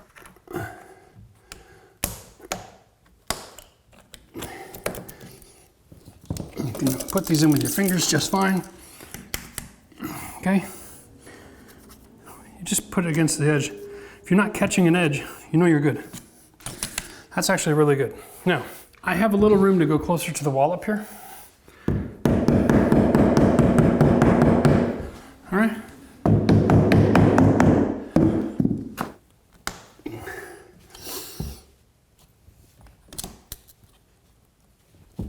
Okay, the other thing you want to do, right here off the edge, oh, I already have my first problem. Get the cement away from the edge. Now you want to use the clip, go in behind, and bring that nice and flush. Use as many as you need. That makes it perfect. This gap is easy to clean up afterwards, all right? You want to have no visible line here, okay? You don't want to have to rely on the grout to clean that up. So use the wedges and make it nice and snug. And if you need to cheat, and put some backer in there just to fill it up, so that when it's dry, it's not going anywhere. You can take a little bit of cement and finger that in here, okay? Just in a couple of spots, all right? Okay, there we go. So now we've got some backer. When it's all set up, it's not moving. Generally speaking, the rest of this won't be an issue. There's cement on it, so it'll make contact with the tile. Every time I stick in a wedge, it'll make it perfect. Now we just gotta do the whole rest of the wall. Piece of cake. Now, for people who don't want to spend $20 on the wedges and the clips, and you want to spend $6 on just the spacers, you can. I'll show you how to use them. Problem is, you're gonna get lippage. But I'll show you how to use it anyway, just because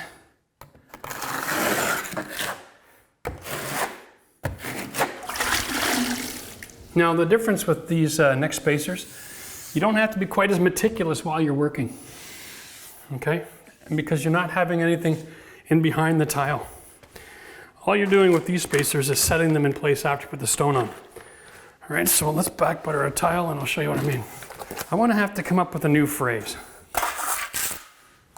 Like there's not a home renovation show on the planet that doesn't use that phrase, and I don't know why. Now, in this case, you have to be more careful because you don't have the clips in place to protect the edge of the tile. So you gotta use your fingers.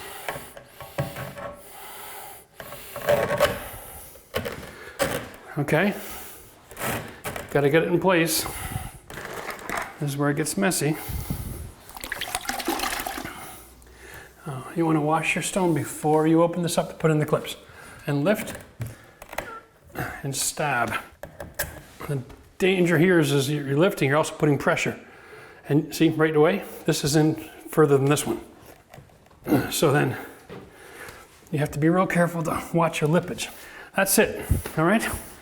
The next day, when that product is dry, just take a pair of pliers. You can grab it, even if it's buried in cement, and you can pull it straight out, okay? And so that, the one good thing about this system is it guarantees that you aren't gonna get big chunks of plastic stuck in your grout line that you have to remove because you can't grout otherwise.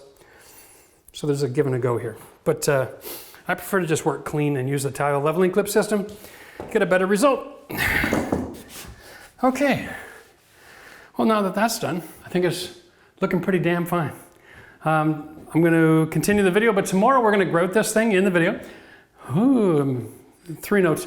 1, work clean. I just did cement work all day long and I could go out for dinner. Clean your tools when you're finished at the end of every day.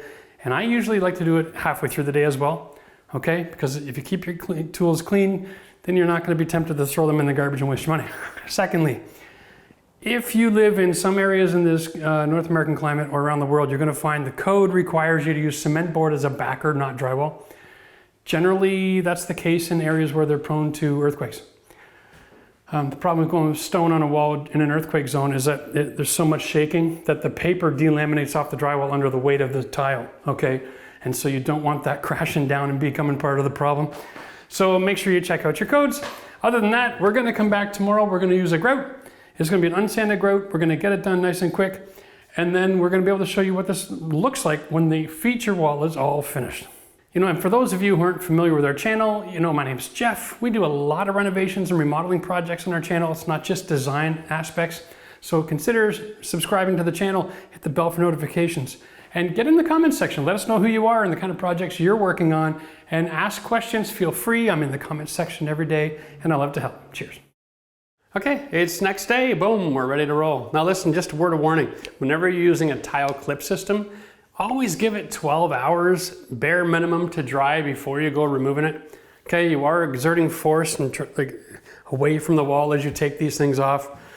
You don't wanna risk, if you didn't have good adhesion and the cement isn't quite cured yet, right? So just give it the time, don't be in a hurry, all right? It's not gonna kill you to leave this project and go to do something else and come back to this the next day. Anyway, now is the moment you've all been waiting for. You wanna know, how do we get rid of these clips? Well, there's two ways. One is with the rubber mallet. Let me demonstrate that way first. And remember, the way that this works is the clip is this way behind the tile. So to break that joint, you gotta go the opposite direction. You leave the yellow thing in there. It's actually part of your friend here.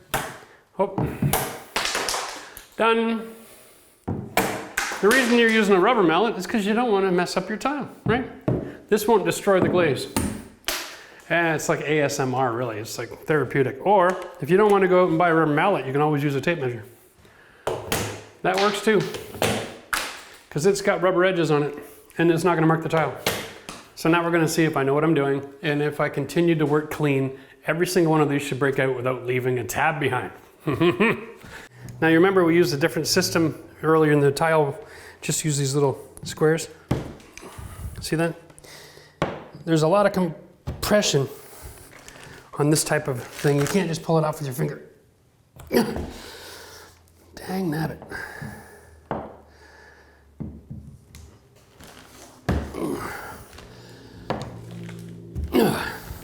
Now you can decide which system you'd rather use. All of these little yellow wedges here, they're perfectly useful again. So the next time you have a tile project, all you gotta do is go out and buy more of the clips, and you can reuse these wedges over and over and over and over again. So it actually becomes a lot more affordable than you thought. Now the next time you do a major tile project, you only gotta buy $10 worth of wedges, and you're right back in business. All right guys, so I'm at the store the other day and I'm looking at all the different grouts, and I was amazed to see that they're selling pre-mixed grout in this little bucket that's about this big. It's 30 bucks.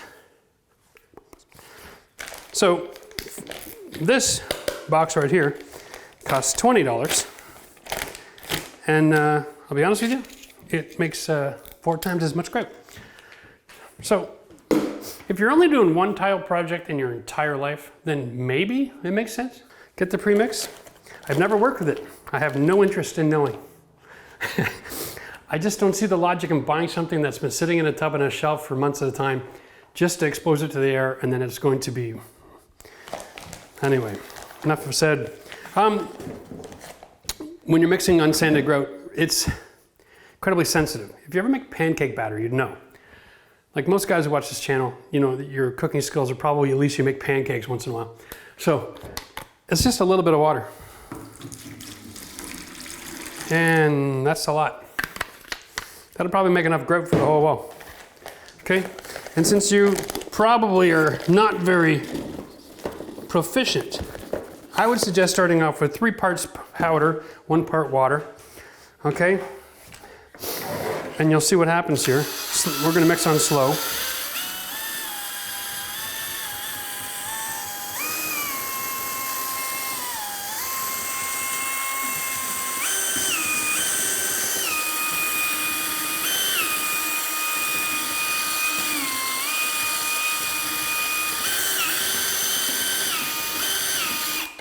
Now, that's still pretty soupy. I like it a little stiffer than that. So now what we do is we just work with like a little bit of a handful at a time.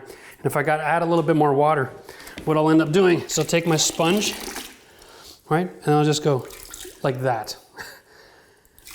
Because that's a lot of water when you're mixing grout. I know it's crazy. But remember, we have a 1/16 grout line. Not a whole lot of product needed for this job.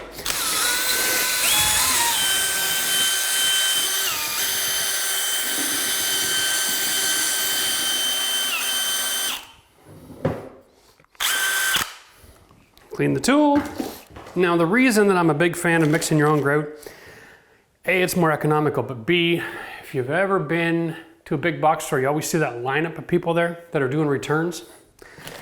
What you don't want is to have an experience where you've got a temperature sensitive material from a northern climate that froze during the winter and was returned in the spring, because that happens. That'll ruin your whole job. Okay, what you'll end up with is you'll start working with it and it just won't cure.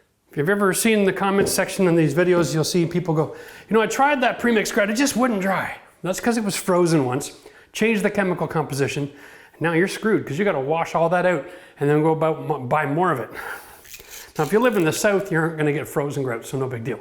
But if you live in the north, grout and silicone, I just don't like buying pre-mixed. Like silicone is dangerous. I'll always open up a new box in the back of the shelf. I just don't trust the stores with the return policy. Why they allow people to return sensitive, weather sensitive materials to those stores in the first place is beyond me. I once had a job where the company I was working for, this is years ago, they actually supplied me with a silicone that had been in a bin in the shed. Well, they had a storage facility, but it had been frozen. So I finished this massive elaborate bathroom, pulled out this clear silicone, installed all the custom glass, did the rest of it, taped it up, secured it, came back the next day and it didn't set. This was a massive project, and for $7, the client was outraged, right? $7, just not worth it. I'm telling you right now. What you're gonna need is a grout float. This is massive, by the way. This is for like doing an entire floor, but it's here and it's clean, so I'm gonna use it. There's not much to this. Like, let me just say, for the purpose of the video, you should always wash your tile first. Oh, just in case there's a little smudge here. Little smudge there. Yeah, I know. I'm going with a bone-colored grout, which is a brown, and so my cement isn't brown. I actually had a little bit squeezed out there. So what you do is you just force that rag in there back and forth a few times. If you're working on your tile the next day, the cement will actually dissolve in the water and you can wipe it out. If you leave it for 48 hours though, you got to use a tool to clean, all right? So if you ever put on tile on a wall, always clean it the next day. Make sure it's in your plan to clean it the next day, because anything else can be disastrous. It's really hard to see this on camera, so I'll take it off first. I use wood and shim for this. If you have a plastic spatula or something, that'll work too. You can see that, eh? Yeah. Okay, that's a wax coating. Usually comes off a hell of a lot easier than that. Holy cow. This here, it's on all four corners of the tile. When they put the tile in the box, they put back to front, back to front. And so in the assembly line, they actually have this protective wax applied to the face of the tile. Okay, so that the stone in the box during shipping and all the vibration and wiggling around isn't in contact with the glaze. It's just a millimeter, but it does the job. And it protects the stone during shipping. Okay, if it doesn't have something like this, they'll pack it glaze to glaze, back to back. But this is the most common way to do it when you're buying something that's quality. All right, so I'll go get the rest of this off and then we can grout. There we go. All right, this stuff is thick like peanut butter. Okay? If it's any runnier than that, you're in trouble. Generally, because when you wash the tile, there's always a little water left behind. It helps make the application easier. So you don't want to have grout that's already runny, because as it picks up the water, it gets runnier. Now you want to grout right up against that plastic edge there, okay? It's always going to be a little bit of a bead, so make sure you do that. Once it's on the wall, you take the side, clean it. You got a nice ridge, you can force it in the top.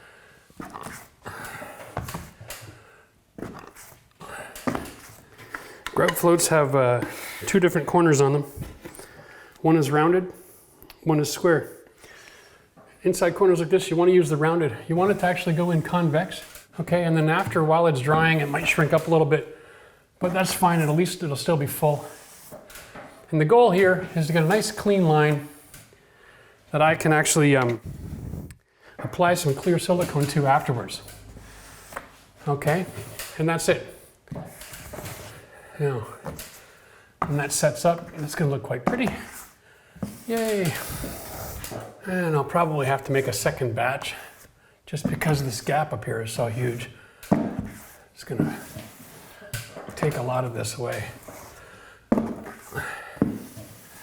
One of the benefits of having a lot of DIY skills is when you do something like this, if you don't like how much grout you see up there, before you put the silicone on, you can always come back and apply more drywall compound, okay? You can actually lower the ceiling to create a straight line, which is what I'm gonna do. My wife hates it when the joints at the ceiling aren't consistent. Happy wife, happy life, eh?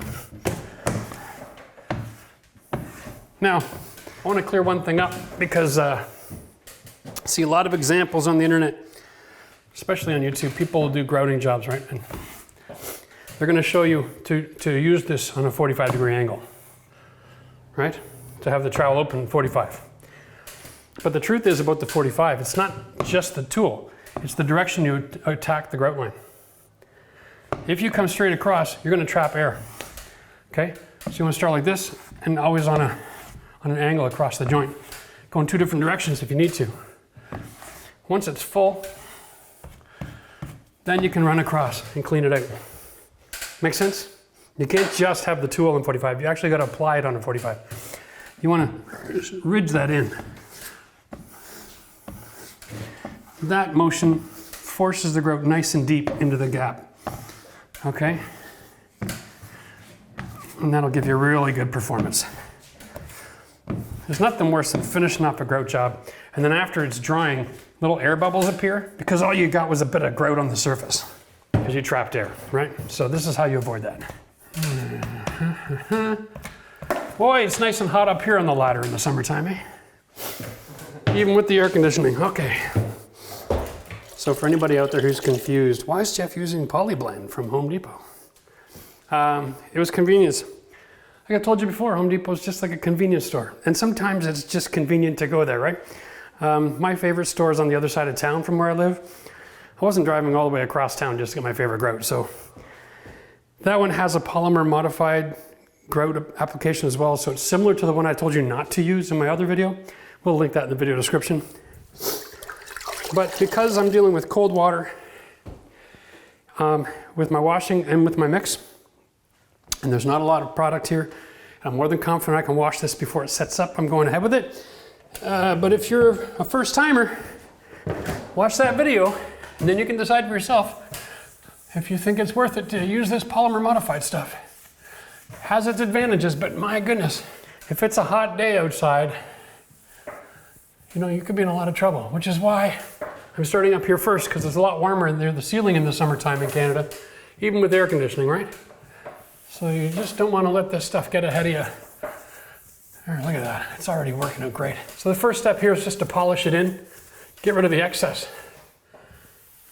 Whoop. All right, having excess grout on the tile, if it dries, is a real problem. So now I've worked it, I know I've got a few minutes. So now I'm clean, I'm gonna keep that convex curve with my finger and just get a nice grout line. Pretty, pretty, pretty, pretty. All right, now when we're washing, we're gonna wash down. We're gonna flip the sponge over and wipe one more time. Don't touch it again.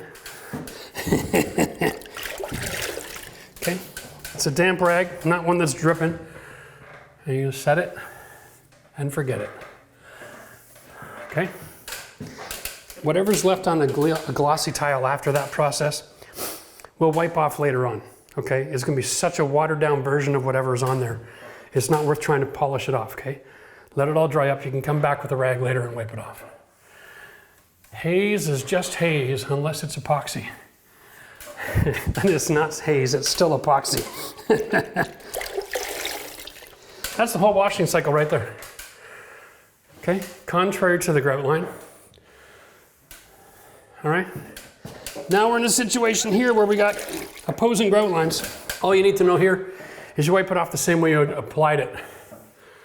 Okay, on a 45. Done. Piece of cake. Why is it every time I grout, I explain how to do it like Gordon Ramsay makes a burger? Bun on. Lettuce on. Here we go. So I'm just gonna do the next section, polish it. And be careful when you're polishing because you should be using a grout that's very similar in color to the actual stone. An area like this, you wanna make sure, oh, okay, that's the stone. Fine, I don't have any residue. If it's hot, resist the temptation to use a fan if you're using polymer. I know it'll feel more comfortable, but all you're gonna do is set everything up all that much faster. Sometimes it's just safer to sweat than it is to be comfortable. Now, we'll go to the top on the other side. You want to wash in the same way that you applied it so that you have the same drying time. Try to keep things consistent. Here we are. Nice. I'm going to put the sponge in the water. I'm actually squeezing it, forcing the sponge to excrete and then fill back up with water again. Get as much of this out of the product out of the sponge as you can. If when you're wiping, you see a lot of residue left behind, it's time to change your water, okay? You don't want to do more than 50 or 60 square feet of any kind of product without changing the water. All right, wax on, wax off, here we go.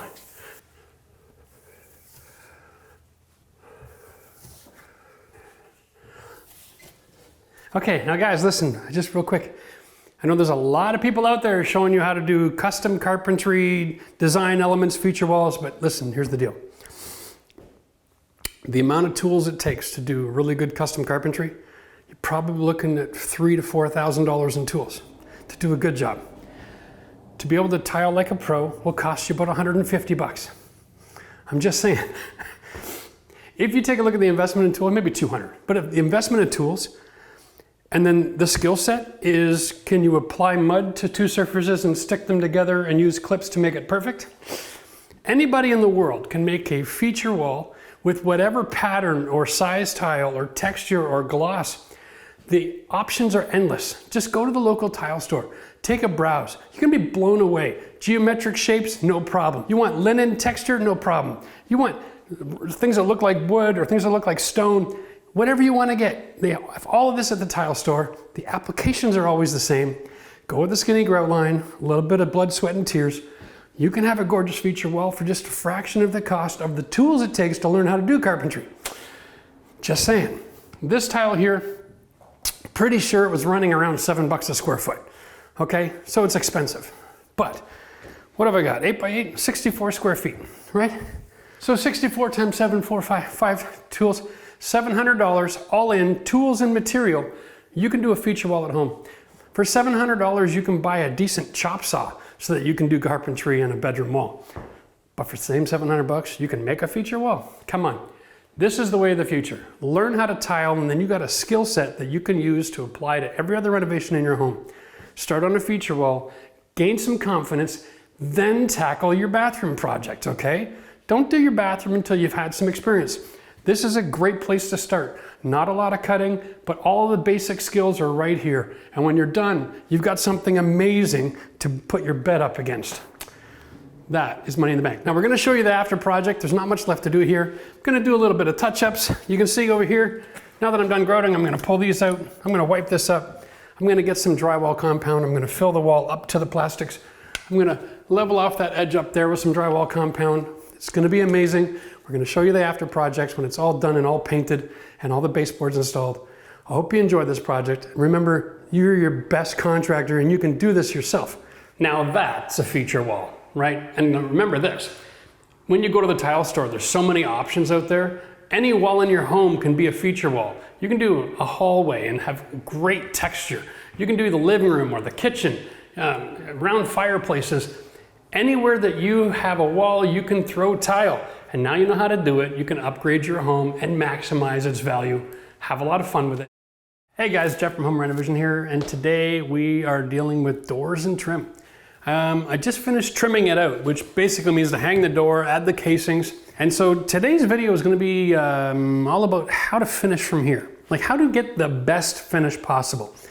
One of the ways that you get good return on investment when you're doing your own DIY projects is to know how to get a professional finish. So today's video, I'm going to show you brush and roll, and I'm going to show you, believe it or not, the $40 Wagner power sprayer We're going to do both of these applications for finishing the doors and the trim so that you have options in your arsenal. The preparation and the process is different for both. I'm going to teach you all my insider tricks. I'm going to teach you which products I like to use for my caulking and for filling nail holes, all of this kind of information, all right, so that you can get a professional finish when you're doing your project. Let's just jump right into this because step number one is all about the prep. And that means we've got to take the doors off of the hinges. Now, I've got a process that I've developed over the years that works really effective for me. What I'm going to do is I'm going to take this hinge off of here and then pop the other two pins to remove the door. And then I'm going to finish removing all the hardware, okay? And when you go to install it again, you'll find that by installing it on the two hinges and then screwing the third hinge on is going to save you a ton of time. Because even when they come from a supplier like I use, if you're a fan of my channel, you know I like classic wood molding, and they do all these doors custom for me, okay? So when they arrive, they already got all the hinges in place and you just stick them together. There's always little variances and it drives you nuts trying to put it together. So if you're only installing 2 instead of 3 hinges, anyway, that's a lot to say, remove the hinges, but this is what we're gonna do. All right, so you've gotta get organized, have maybe a Ziploc bag or something, somewhere that you can put all of your screws and hardware.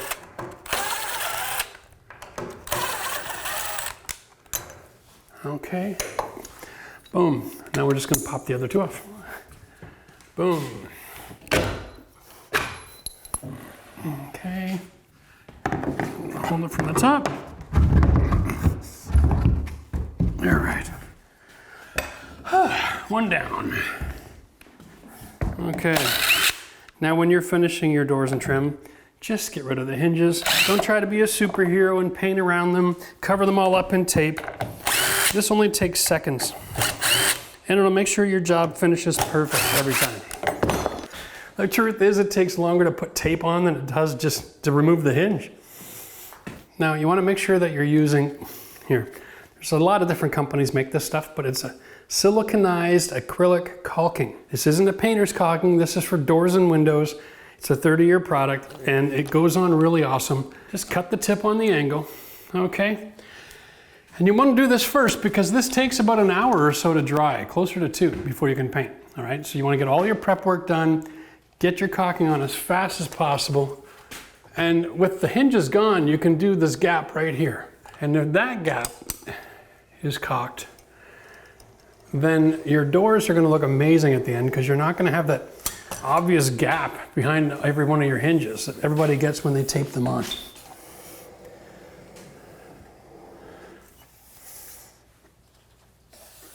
There we go.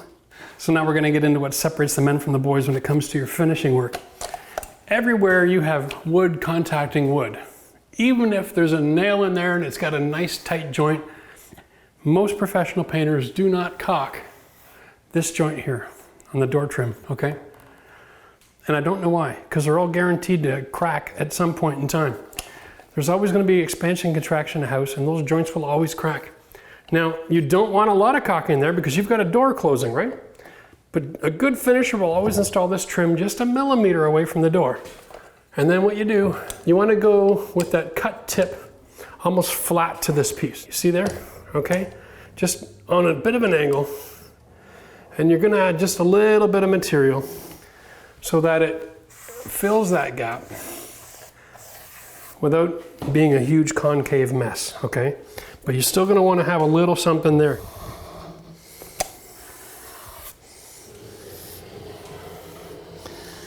This is where less is more.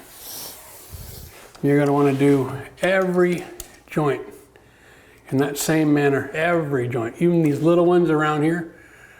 Don't expect the paint to solve all your problems. If there's a gap now, there'll be a gap later, and if it's your house, you can avoid the gap. Most track housing in North America is not built to look as good as it does the first day you buy it within a year, okay?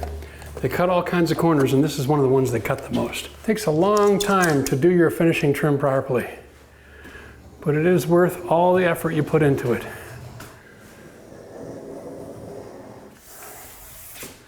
You also want to just put a tiny little drip right here on this corner. Even if you glue your joints, if there's a joint here, Your best bet is to use the caulking to wipe that in, okay?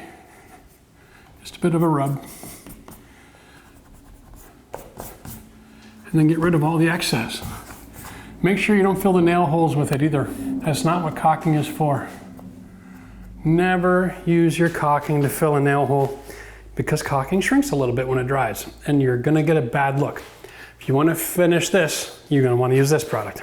I know it looks kind of like something like the NFL would put together, but the truth is it has a compound in here where it's pink when it's wet and then dries white. And that's how you know when to sand, okay? So, here's the system, less is more. Take your finger, do a little dab, and fill the hole. Okay, that's it. Okay, just a little bit of product, because you don't want to have a whole lot of it sitting on here that you got to sand off. The more control you use now, the less work later. You don't want it filling up all your contour, okay, and creating bumps and ridges, and just get a little bit in that hole and then wipe it clean. So when you're prepping your project, remember, caulking first, 1 to 2 hours. Then you can do all your dry decks work, right? Then you've got time while all that is setting up to finish off setting up your floor. So you want to vacuum it out. We're going to show you how to tape it all off so you don't have overspray on your flooring. Because remember, the best way to do this kind of work is put the flooring down first, then do all your carpentry on top of it. One of the secrets to this process is paint your trim 1 coat before you install it. You'll notice that when I do the dry decks touch-ups and the caulking is white, it only needs 1 coat. The dry decks, only needs 1 coat, really. So don't be too worried about this kind of thing. If you paint it all first and you see flashing, you can always touch up the dry decks a little bit if you need to. But at least you're not going to be putting nails and that sort of thing within a couple inches of the floor. Right? So you don't have to go right to the edge of the floor with your paintbrush when you're trimming it in. You can leave that 1/4 of an inch. No one's ever going to see if it's 1 coat or 2 coat at the floor. That's not a concern, all right? Okay, so now I got to clean up a little bit, cut back some paper, and do some taping. Okay, get that out of the way.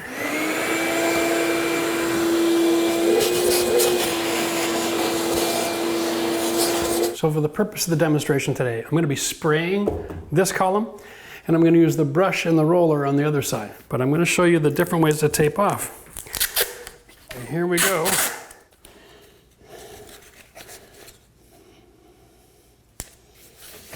What I'm doing is I'm following the line of the trim. I'm trying to tape. See that last little 1/8 of an inch? Don't care about it. For the purpose of a sprayer, you're never going to make that perfect.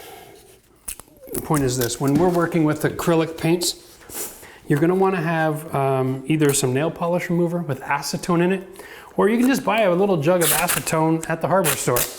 You're going to have that as a backup in case you get any overspray. And it's a good rule as a rule in general. If you're painting your house, have the acetone available.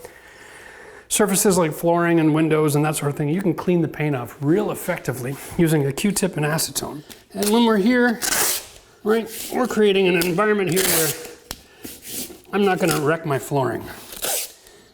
Okay, I don't want to have to rely on the tarp alone for this.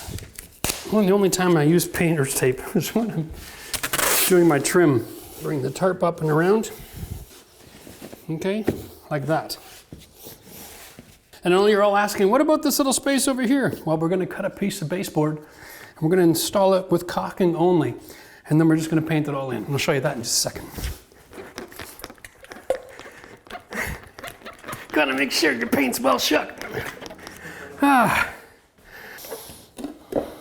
There we are. Lovely. So here is my suggestion for everybody out there who's working on their house.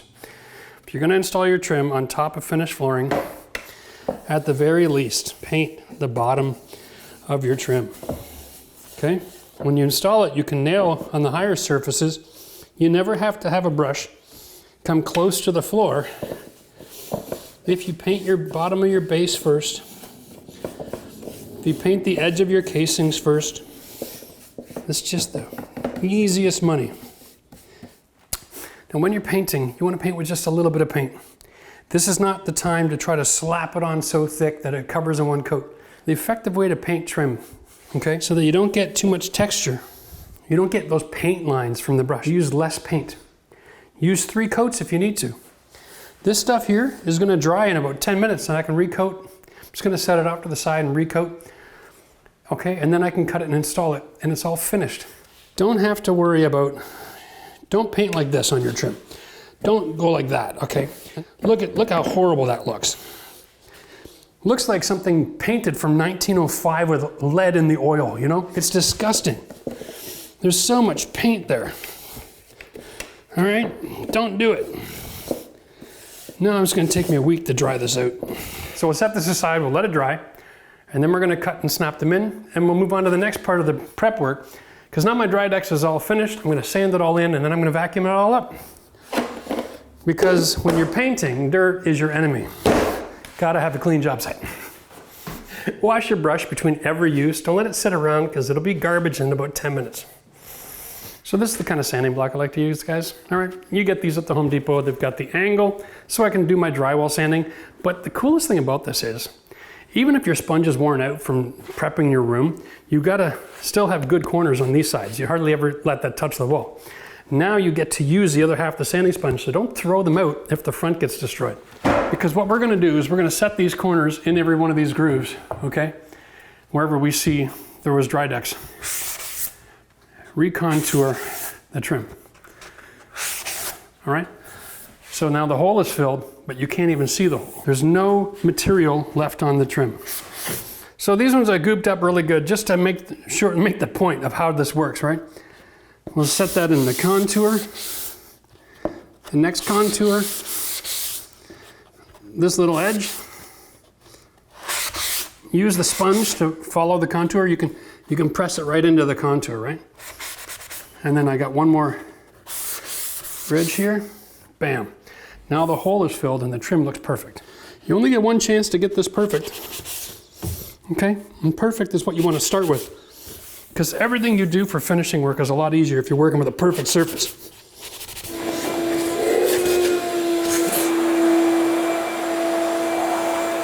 There you go. So at the same time it took me to sand down my trims, this is ready to go now. We're going to cut and install this sucker. There we go. 1 5/8, 1 and just under a half.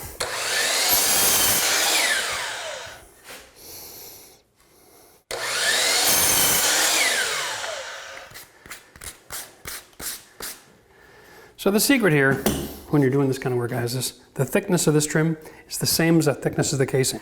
Depending on your wall, you might need to set it off the wall a little bit so you get that nice flush finish at the bottom. So let's stick this in here first. That's mildly proud. Interesting. All right, so I don't want to put a lot of adhesive on here, or caulking. All right, I'll just put a few dabs will do, and then one across the top. That'll squeeze out, okay? Here we go. Watch this. Squeeze it out. All right. And then we're just going to want to caulk it in place.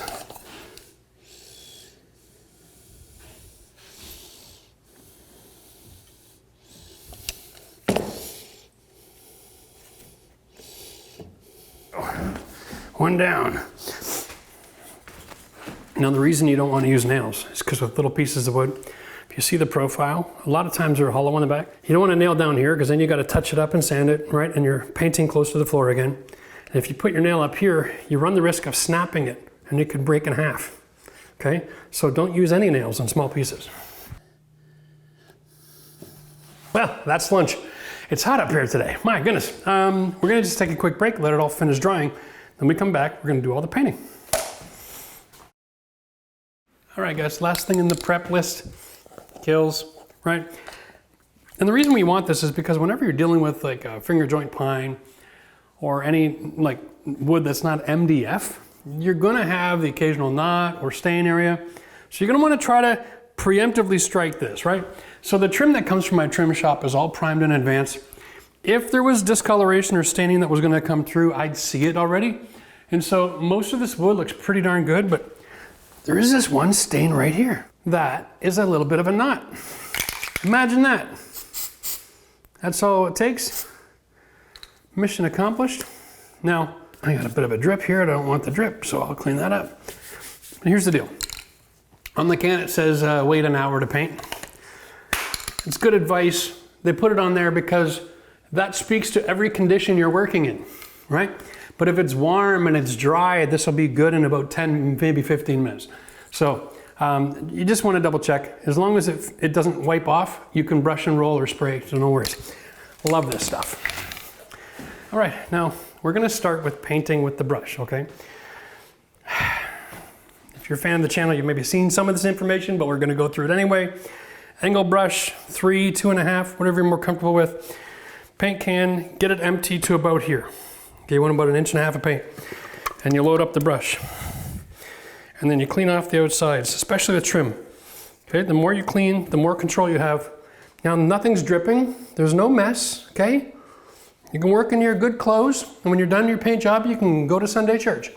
Not an issue, all right? Start at the top and work your way down, okay? So you're gonna just set your brush and then drag. Okay? And the goal here is not to get a perfect finish the first time. The goal here is to get as little material as possible on there to get coverage. Okay? So you want to keep stretching it out. If you're not stretching it out, then you're leaving all the paint on the wood and you're going to get ridges. And when you go do your second coat, you'll do the same thing because that'll be your habit of painting. And you'll have too much paint. A, you're going to waste a lot of money. If you're not stretching it out and really getting good coverage, you're wasting your money. Gallon of paint nowadays, good paint like this costs 60, 70 bucks in the store, and you know it. So less is more, okay? You want to get some coverage out of this stuff. And then you work the top and you drag. Okay? Now I've been using Dulux for years. I'm very familiar with their products and I know which ones I love and which ones I hate. I also like some Sherwin-Williams stuff. I like some stuff from Benjamin Moore. I like stuff from PPG. I like stuff from Pittsburgh Paint. I like a company called C2 Paint. There's a lot of really good paints out there. What separates them from everything that's sold in the box store is quality. If you go to the box store for your paint, you're not gonna find quality. It's just the way it is. It's like every paint company out there has got their top of the line stuff, right? And then they've got their decent stuff and then their commercial and all the garbage, and they brand all the garbage and put it in the box store. Just being honest. There's no way around it. I don't care who you are. If you have a problem with my opinion on that, go ahead in the comments section, blow it up. Let's have an argument or a conversation. Let's discuss the matter civilly. But the reality is, my experience in the paint market, there's a bunch of different paint companies, just like there's a lot of different automotive makers, okay? But in the paint world, they make everything from the introductory piece of crap all the way up to the Lamborghini. And every paint company makes the same stuff. High end, all the way down to crap. Because they want to serve every market that they have walking through the door.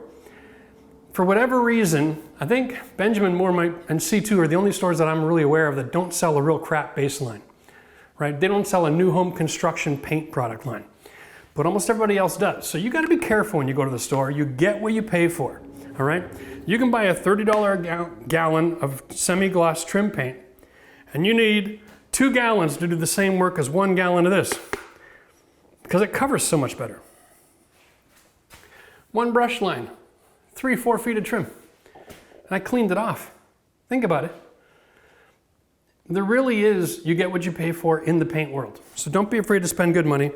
But if you're gonna spend money, have good technique so you're not wasting your time. Because if you can paint in 1 or 2 coats what it would take 3 or 4 of a cheap paint, all right? You're buying extra material thinking you're saving on the gallon price, but using half the material with a good paint. Just saying, that's also half the time brushing, so you save a lot of time as well, all right? Now, here we go, and then we pull, all right? Here we are. And the reason I like to pull instead of go like this, because we're not curling, right? We're just putting paint on and we're just running it down, all right? Getting even distribution. The less of that slapping back and forth of the brush, the less paint is flying around the room, the less cleanup afterwards. You're gonna thank me for that. So that's how we do this. All right, we do every part of the trim that we see. All right, there we go. We get it on, get control, and then we pull. And you stretch it as far as you can. Now this is latex paint, so we start at the top, we work down. If for any reason you're working with an oil, start at the bottom and pull it up. Okay, it just performs better. Now you don't have to paint in the hinges, but you don't have to be careful not to paint the hinges either. It's not going to affect your day, okay? Just make sure you don't leave paint sitting in that crease. You don't have issues closing your door. Pull, pull, pull. This is the rule. Just keep on pulling, all right?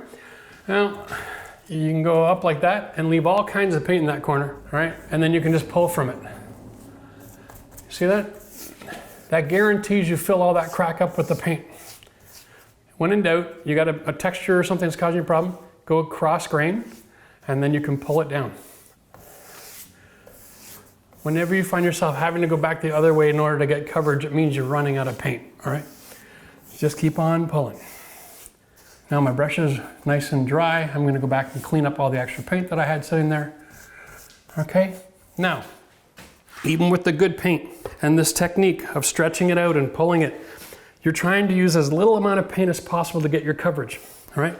And that's how you avoid all the brush lines. Too much paint leaves brush lines.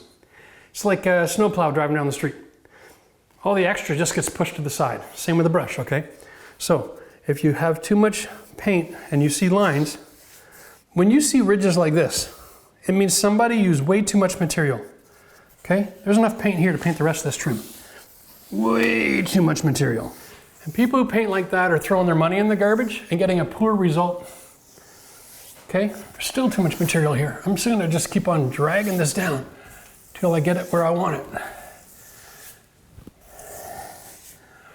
Wow, I really put a lot of paint on there.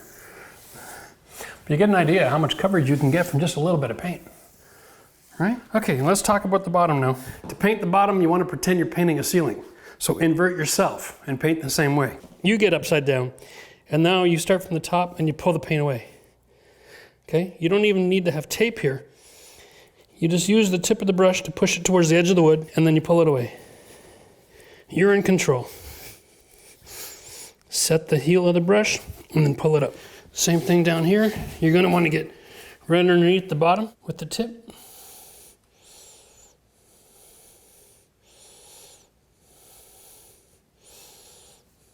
All right.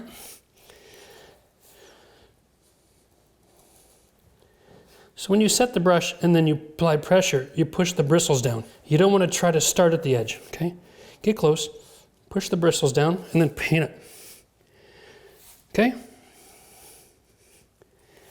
That's it. And you can paint with incredible accuracy and not even have to spend all your time taping everything up. Some people are going to argue that this is faster than using the sprayer. But next we're going to show you why I use the sprayer instead of a brush, because whenever you're painting trim, you're also painting doors. That's where having the sprayer makes the biggest difference. So give me another 2 minutes, I'll finish this up and move on to the sprayer and how that works. All right, so real quick, a lot of people are going to be asking in the comment section, what kind of brush do you use, Jeff? Because I want to use a brush that Jeff uses, and I'm like, I use every kind of brush I see. Every time I see a brush for sale I've never used, I buy it and I try it. Here's what I've learned over all my years. Whether it's $8 or $50, like the Coroma I'm working with here, they all do exactly the same job. Sorry to break anybody's bubble.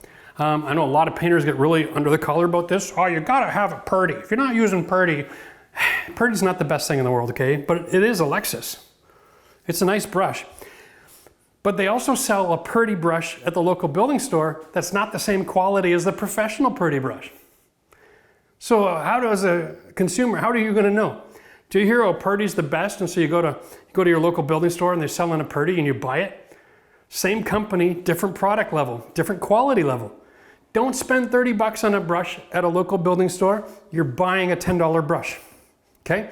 You're buying their name on a $10 brush.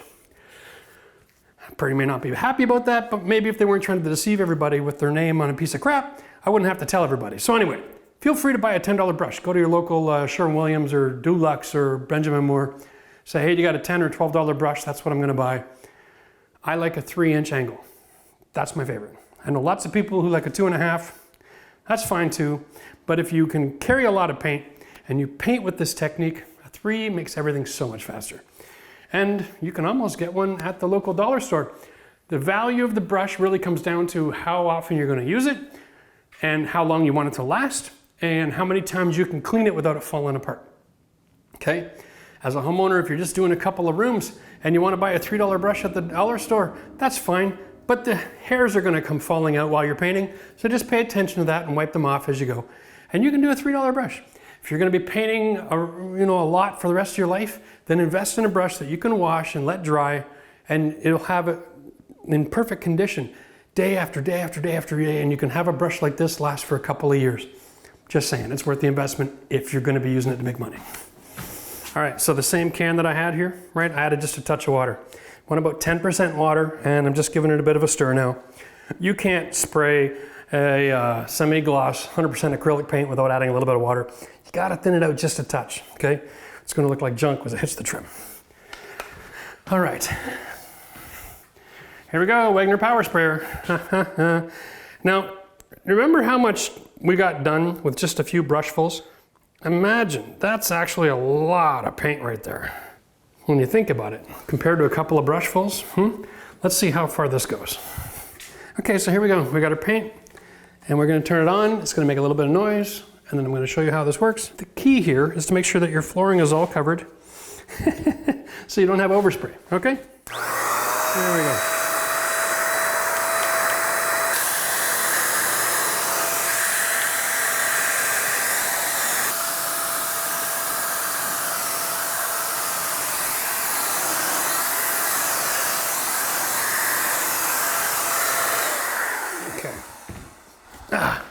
So here's what we're learning here, guys. And this is where experience comes in handy. That's coming out too thick. There's obviously not enough water in that mix to get a nice even spray. So I gotta brush this in now real quick before I have a mess on my hands. And we're gonna modify that so that we don't have a problem, and we're starting on the frame for a reason, because this is where you find out how your mix is working, okay? If it's too thick, you can brush it in. That's not a problem. But you want to get this fixed up before you go and attack your doors. All right, here we go. Now this is just like any other brush and roll day, huh? Not bad. Here we go. Okay, let's thin it out a little bit more and we'll try again. Okay, so first I'm going to clean out the line with the old stuff.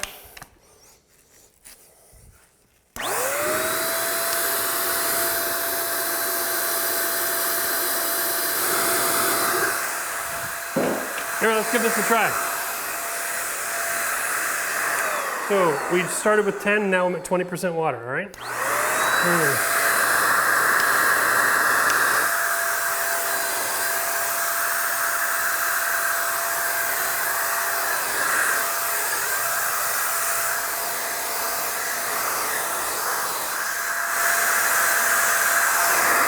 All right, there we go. That's pretty much the secret. And you don't want to spray until you see full coverage. Spray until you see about 80% coverage and let the paint melt into each other, okay? It will do that. You're seeing it now, the streak, the bubbly is all going, melting into each other now. That's brilliant. All right, now it's time for the doors. We'll show you why I love having a spray gun for a door. And so for this demonstration, what we're gonna do, so I'm gonna spray the top half, all right? Actually, I'll spray the bottom half because it's easier. I don't have to bend over so much when I'm painting. And then I'm gonna brush and roll the top half, and you can get an idea of the difference in the work and in the quality of the finish. All right? Oh.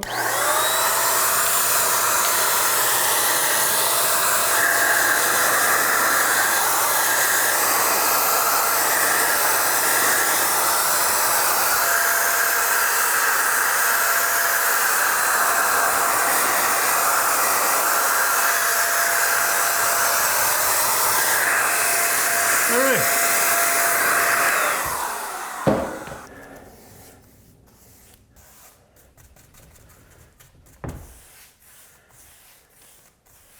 For the rolling, I'm taking the full strength paint and using a mini roller, little 4-inch with a microfiber roll.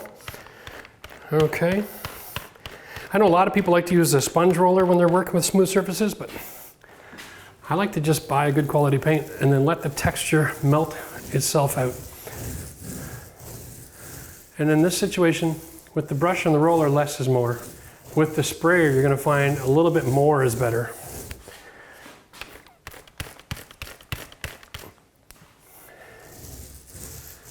Now obviously if you're using a sprayer and you're going to resort to the Wagner power sprayer on a door, what you're going to find is that because it's blowing air with the paint, there's going to be a texture. There's going to be a little more eggshell to it. And that's fine. If that's the look you're going for, just make sure you're consistent. But if you want to have a nice smooth finish, then using a roller and stretching out your paint and going that less is more concept is going to give you a better look. Personally, I'm not a big fan of that, so I'm going to roll that in. But all I'm doing is working out the texture, okay? So you can spray the whole door and then come back and roll this all in. Nothing wrong with doing that at all. All right.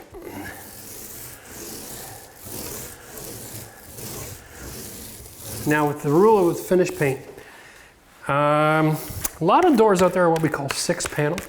So you're gonna have all these different squares. So you have a lot more brushing and rolling. The bigger the flat area, the smoother you want this finished texture, okay? That means the less material you want on your paint roller, all right? You'll also get a benefit if you set up a couple sawhorses and lay the slab flat so that the gravity is melting the paint together. In this situation, because it's standing up, it's all sagging. So you gotta be really careful not to use too much paint. It's always easier to do a second or a third coat if you need to and use less paint, okay? There's just never anything wrong with that. And if you find after your first or your second coat, you've got little bits of junk, okay? Grab the sanding sponge. If there's too much texture in your paint, grab the sanding sponge, okay? It's always your best interest between coats to make sure that you are completely happy. All right, and try to do three or four sides every time. Okay, a door has 6 sides. So the first time you roll, do both of the sides and across the top. Next time you turn it around, flip it upside down and roll the bottom. If you seal all the sides of the door, your doors are less likely to warp, especially if they're subjected to different levels of humidity throughout the year, okay? That'll help to keep your doors functioning properly year-round. Okay, well that's it, right? Just remember, sand in between coats, clean your surfaces, get every part of it done, and then when you screw it all back together, your hinges will be clean and everything will be perfect. That's money in the bank. Okay, so just to recap, in most cases when you're painting doors and trim, less is more, right? Always sand, always prep. There's more work that goes into a quality paint job when you're not holding the brush than when you are, right? Remember, when you're painting the inside of your house, the average home, 20 to 40 gallons of paint, ceilings, walls, trims, and doors. Do the whole inside of your house. Get 5% increase in the value of your whole house, okay? That's a lot of money.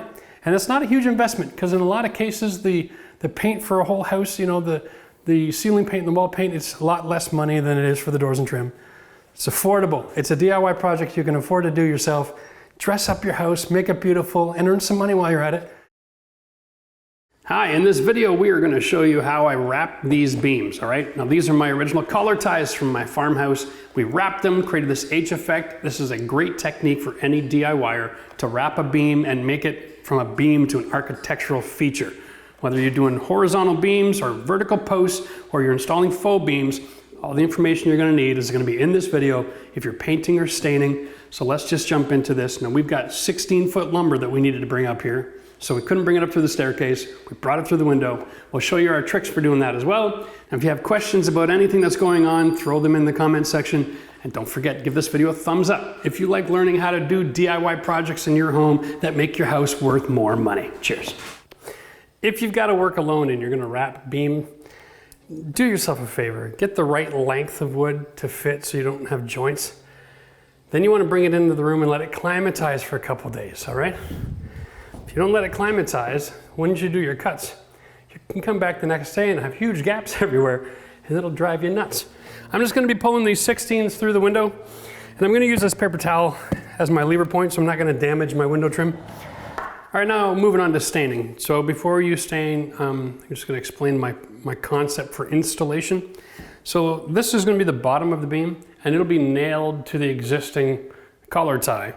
And then we'll have the 1x6 on each side, and it'll probably hang about 1/4 inch lower, all right, just so we get a natural H shape. That means that we don't have to worry about warps and bends in the wood and inconsistencies and imperfections, so that we have a really nice finish feature, right? So having an overhang makes all that really easy to do. And it also means I only have to stain one surface of the 1x4s. So I'm gonna go 1x4 on the top and the bottom, 1x6 on the side. And at the very end, I'll also nail a 1x4 to keep things from moving around, but I'm gonna push it down to make contact with the top of the collar tie, like a sandwich. And then the 1x6 will be nailed into the bottom 1x4 and the top 1x4, and both of those 1x4s will be nailed to the collar tile. That gives me a lot of stability long term. So I want to find 4 pieces that I really like that are going to be on the bottom, that what I'm going to be staring at. And I don't know if I'm going to like it until after it's stained. So I might as well stain them all. Now I'm using a oil-based wood penetrating sealer, and when you reach into the bottom of this can with a shim, I don't have a stir stick, I just use a shim, you're gonna feel all the sludge in here, okay? And you're gonna want to stir this up for a couple of minutes. Don't be lazy about it, or your beams will all be inconsistent, all right? It really does take a couple of minutes to stir all this in. And you can't be in a hurry, because when the can's full, you'll make a hell of a mess. Can't shake oil, you gotta stir it. That's the thing, there is a rule. You can't shake oil products, you've got to stir them. Now you could use a little mixing blade if you had one and throw it in there, but you know, you only have to do this once every couple of weeks. It's not like paint where it separates by the hour. Once you've mixed this in, the solution holds itself pretty good for a couple of days. So every time you open up the can, make sure you give it a good stir. And if you do some today and then do it again tomorrow, just give it a stir for like a quick second or two. I'm starting to feel pretty good about this. Let's check. And if there's solids collected on the bottom of that stir stick like you see there, you're not done. Yeah, I know. But if you want to do it right, you might as well do it right. Like, don't go through all this pain and process and then, you know, stop stirring 60 seconds earlier to have blotches and inconsistencies. And all right. I'm happy with it. Now, I'm using just a wiping pad because it's going to give me a little bit of control. And I don't want to use a brush in this environment or I'll end up with all kinds of streaks. Okay? And we'll just...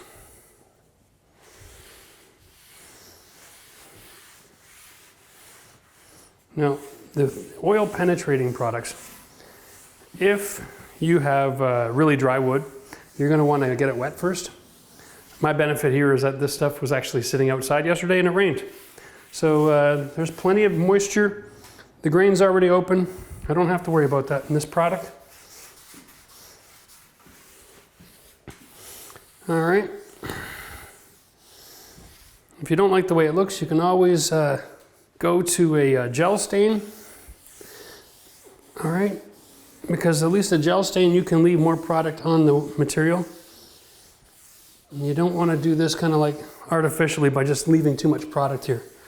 It'll end up looking like really crappy. Ta-da! Beam. Now for me, I'm not digging it. I want it to be a little bit darker. So what I'm going to do is I'm going to let this soak in probably about an hour or so. So I'm going to go through all the beams, get a coat on. It's going to take a little while, so I'm not going to film it all. What we are going to do is show you a second coat application in about an hour, all right? And then that way you'll get an idea of what happens because it penetrates. It doesn't mean you can't add more color. You just got to take your time with it, all right? So let's just close this up for now. We'll be back. Boom, boom. So I know it's a penetrating oil, but we've already got some penetrated in the wood. So now what I'm doing is I'm just dragging it on and I'm leaving a lot of excess because I'm looking to saturate my color. Okay. This is all about timing because what you need to know about this is it's not really soaking in, watch. Right? So now I'm trying to get it to soak in a little bit better just by dragging it on.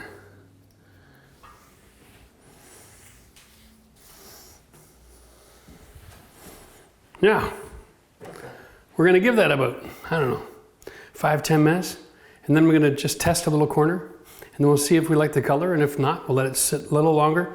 These boards are longer than we need, so we've got a few inches we can play around with testing. Once we get the saturation we want, then we'll give it a quick wipe. Well, obviously, things change, right? I'm not going with the stained beam anymore. I got the stain done, let it dry overnight, came back in the next day, it was nice and sunny. And I'm looking at the room and I'm like, the color of this stain is just not turning dark enough to be a dark gray. It's kind of like a blue gray on the pine. And it might just be because of the wood. And so it was like, I have a really light green, I've got a beige and gray tile, I've got a gray floor. If I introduce a fifth color in this room and it's blue, it's just gonna be nasty. So I flipped it over and I'm now installing all these beams and prepping them for paint. So now you get a video that teaches you how to do it if you're staining or painting. What a deal. For me, I'm just trying to make my life simple. It's exactly the same construction as I was doing. This is the H-beam here.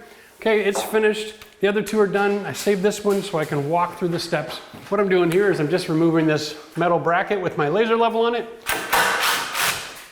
I use that so that I could draw a line all along my ceiling to have all of my pot lights at a perfect positioning. The roof line in this old farmhouse isn't perfect, so you can't just measure down and over. You gotta use a laser. Remember, when you're working on these old houses, right? Throwing a piece of $3 angle iron and a laser with a magnet on it, anywhere, you can make everything perfect. So what I'm gonna do real quick is show you how I'm finding my angles, because again, it's a farmhouse. I think it was originally designed to be a 45, but it has done a little settling over the years, all right? So what you got here is a basic framing square. Everybody uses these as a speed square, and you just slide it over to make contact with the ceiling. Now, there I go. Contact with the beam, contact with the ceiling. Now, I don't know if you can see it, but there's a gap down here almost big enough to put my finger in, okay? And when you take a look at this, this is 0, and that's 45 degrees, okay? And because there's still a gap, I need to go even wider than 45. So I gotta go more than 45 degrees. Been doing this a while. I usually just run to the saw with a scrap piece of wood, try like a 47 or a 48, and then come over here and check it. And the reason I'm gonna teach you that is because, well, every trade has got thousands of little cool tools for solving little problems, such as what's the angle. And if you don't wanna waste your time with that, you can just, bam, go out and grab a piece of scrap and you can take a look at that and go, okay, is that gap perfect? No. Is it really close? Yes. Can I fill it with caulking and paint? Damn right. So now we're ready to roll, okay? Now I know it's 47 degrees. I've done the math, I've done these 3 beams already, and it's the same on both sides. So big surprise there. Now I've got to cut the lumber, get it prepped, and I'll show you how to install and pack the beam out. There's a couple of great tricks, and I made a special jig so that I can do this working alone. These are 14.5 feet long, so you know, you need a second pair of hands, and I'll show you how that works too. Oh, there's some of that stain wood. Put it to use. I made myself a jig. Basically, it's just a couple of screws, and I screwed some boards on it. Now, I'm gonna put a piece of wood on the bottom, but then after that, I want that wood to be flush with one side, okay? Now, because of the way we're working with the filming, I'm gonna go flush here, and I wanna put a little room in here so that the board can sit on it, all right? So I drop the back down and throw in a couple screws. Okay, now, that'll carry the weight. So now I can lift my board and slide it into place, right? And then I can work on the other side attaching it and then come down here and finish it off. What this does is I can also put my first side on, and even if it's warped or a little sloppy, the shelf is really wide here to make sure that it can carry that weight without it slipping off. That's it. So now I've got the second pair of hands and I don't even have to pay them by the hour. So we're gonna follow through these steps real close because it's really easy to do once you get started, as long as you have the actual dimension of the first piece of wood. All right, so what I'm gonna do is screw a piece of wood to this bad boy and try to make it look somewhat level here, plumb, square, all that jazz. Now I've got something to measure from to and somewhere to write the number down, okay? Because we're dealing with this angle, and it's a little bit sloppy, what I'm gonna do is I wanna run my tape off that wood, and then I wanna hold it nice and tight, and then run this over to get my number. Okay, now I'm actually 83 to where I first touched the ceiling. All right, and that's really important. That's the number you want. 83 inches to where I first make contact. Okay, now from here, that way, it's 83 and 3/4. Now I know that sounds wrong, but I'm taking the actual measurement till I make contact. My material is 3/4 inch thick. And because I'm gonna use the same concept as when I cut on 45s, okay, here, let me do this. 3/4 inch thick material, cut on 45-degree angle. This is a 3/4 inch. This is a 3/4 inch dimension when you cut it on a 45, okay? Because we're doing paint and I'm gonna use caulking and all that kind of thing, I'm going to go with the same concept in the math. So I don't have to really do too much difficult work here to get this location, which is what I want so I can cut the board the right length. If I measure to the point where I touch the ceiling and I don't include this extra 3/4 of an inch, I'm gonna have huge gaps and I'm gonna end up throwing a 16-foot piece of lumber in the garbage. And today's day, you don't wanna do that, all right? The other thing the jig does is it gives us the ability to test fit the piece. I'm intentionally going to try to aim to be about 1/8 of an inch long. It's easier to wrap a beam if it's a little bit long than it's a little bit short, okay? You can always have a gap between the wood and this wood because we're going to be installing with screws, okay? So this is the math. 83 inches plus the thickness to compensate for the slope, bam, plus that side. We'll get that number now. All right, now we're going to measure the other side. Boom, boom, boom. Same thing, under pressure. First contact over here, 88 1/4. 88 1/4, 88 1/4, 88 1/4. And that's in case the phone rings or somebody asks me a question until I write it down, okay? And that's from here going this way. Now I also have to add the 3.5. 160, 171, 172, 175 and a half. Let's see if that's right. 160, 171, 172, 175 and a half. Boom. There's my number. Whew. That seems really long. Oh, wait a minute. I'm an idiot. I've measured the thickness of this board twice. Huh? My bad. Okay, so we'll take it this way. Minus the 3.5. Yeah, I was like, it should be around 170 or 169. I've done 3 beams already, I should know better. 160, 171, 172, minus, boom, 168.5, plus 171, 172, yep, good. Whenever you're doing math on the fly like that, if you're doing a subtraction, once you get your number, add that number back and see if you ended up where you started. Working up here on the ladder, it's a little hotter, right? The brain starts to fry. Okay, so now we got our number. This is what we're gonna work on. That's the first number, that's for the bottom.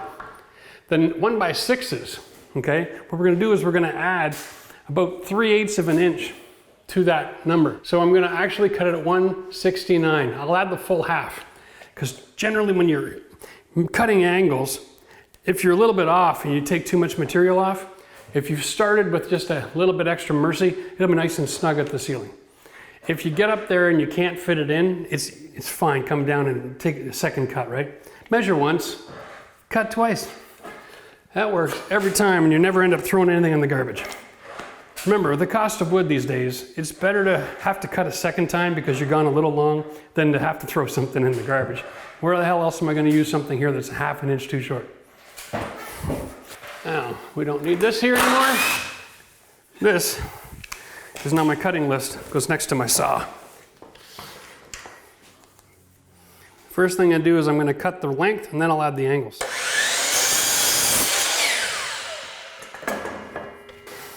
You come over here, get the little red on 47. What I want is I want that point right on the 147.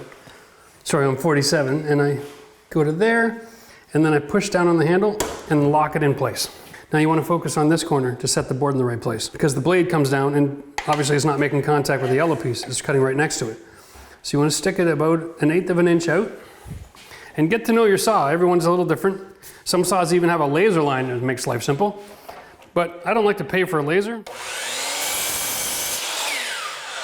I start my cut. Okay, so I know I have to make an adjustment, so I'm just going to go shimmy. I'm going to push down into the back.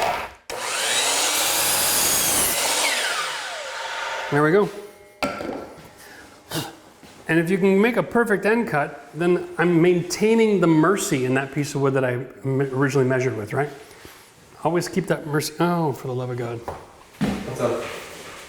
Okay, whoops. I'm so busy showing you how to cut and use the saw. I'm cutting a side, not the bottom. This should have been cut this way.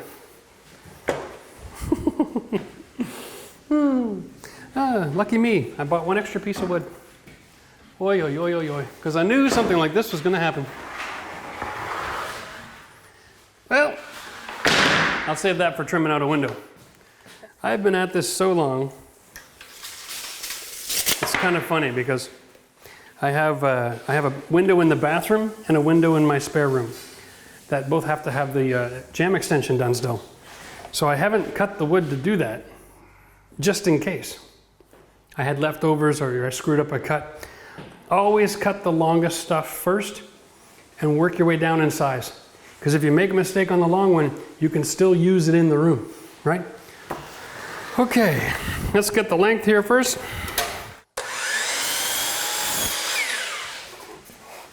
Here we are. Line that 47, lock it down.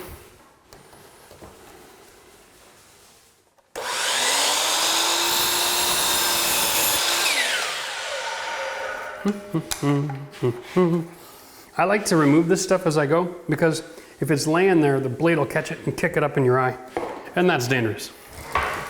If you don't have spare material laying around, you generally, in my opinion, don't need to use safety glasses, but you know, that's because I'm crazy. All right, I just confirmed that the long side of the board is here. This is the bottom. That's good. You don't want to cut the opposite angles because then you're really out of wood. All right, I don't have enough backup for all of those different scenarios. Here we go.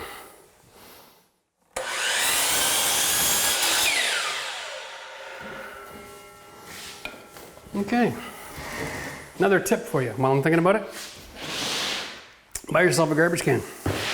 Keep it under your saw so that when you're working, you throw all your debris in there, then you don't have to pick it all up at the end of the day. Why do it twice?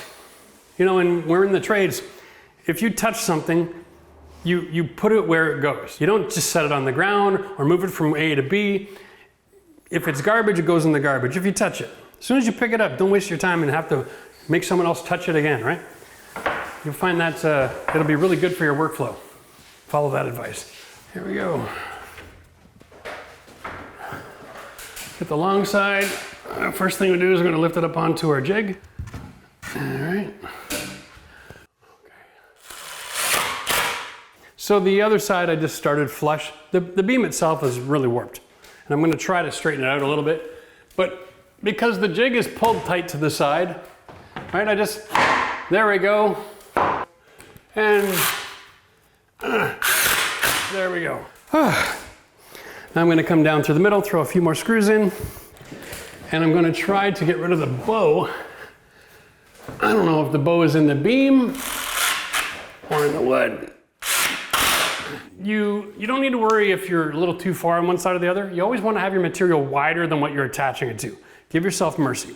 We're going to be attaching with screws and brad nails, okay? Using caulking. So how perfect everything really isn't as important as making sure that you're not creating a huge gap to fill with caulking later. I can only just do so much here. All right, we'll call that good enough. All right, now we take our length. We're going to add a little bit more. We're going to cut it on a 1x6 on the flat this time and attach the face. One quick tip, make sure you get a old sanding sponge, right, that you've used for drywall. It's kind of worn out. It's the perfect grit just to clean up the edges, get rid of the burrs. We're going to be using caulking and stuff in here to connect with the ceiling and the wall paint later. So you don't want to have those little chips off the pine. Right, get that out of there. You can't sand that later, so just get it done now. And then your fingers will thank you, because when you're running that caulking bead, you can stab the end of it. And God, it gets infected so easily when you have acrylic caulking inside your skin. There we go. Okay. Come on, door. There we go. That's just easier. Now, just for the record, as long as you set your jig lower than you're planning on finishing with the height, you're guaranteed to fit in the room here. We've made it a little longer on purpose so that it drops below, so that we have a joint that we can actually caulk. But it should go in without too much difficulty. Just want to set it right there for now, okay? There we go. I know this all looks really odd right now, but my main beam has got a bow to it, and this is going to square it off. So I'm setting this where I think it's going to finish. After I straighten all this out, I'll be able to come back over here and make an adjustment, but I'm going to go to the other end and try to get that in the right position first. Tell you, if you can renovate these old houses, you can build just about anything. Okay. Look at the warp that's on this board. I don't know if it's the board or the beam. If I attach at this end, I'm in trouble. Yeah. So what I'm going to do is I'm going to leave it on the jig, and I'm going to go and I'm going to set screws. I'm going to force that beam up and set screws all the way along and straighten this out.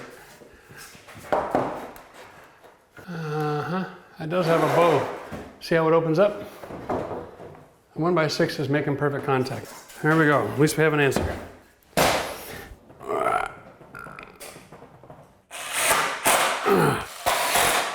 If everything's agreeable, you can just use some brad nails. A couple of screws to hold it together.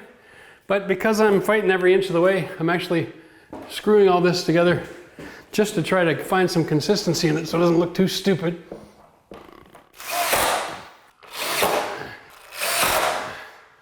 Okay. Whew.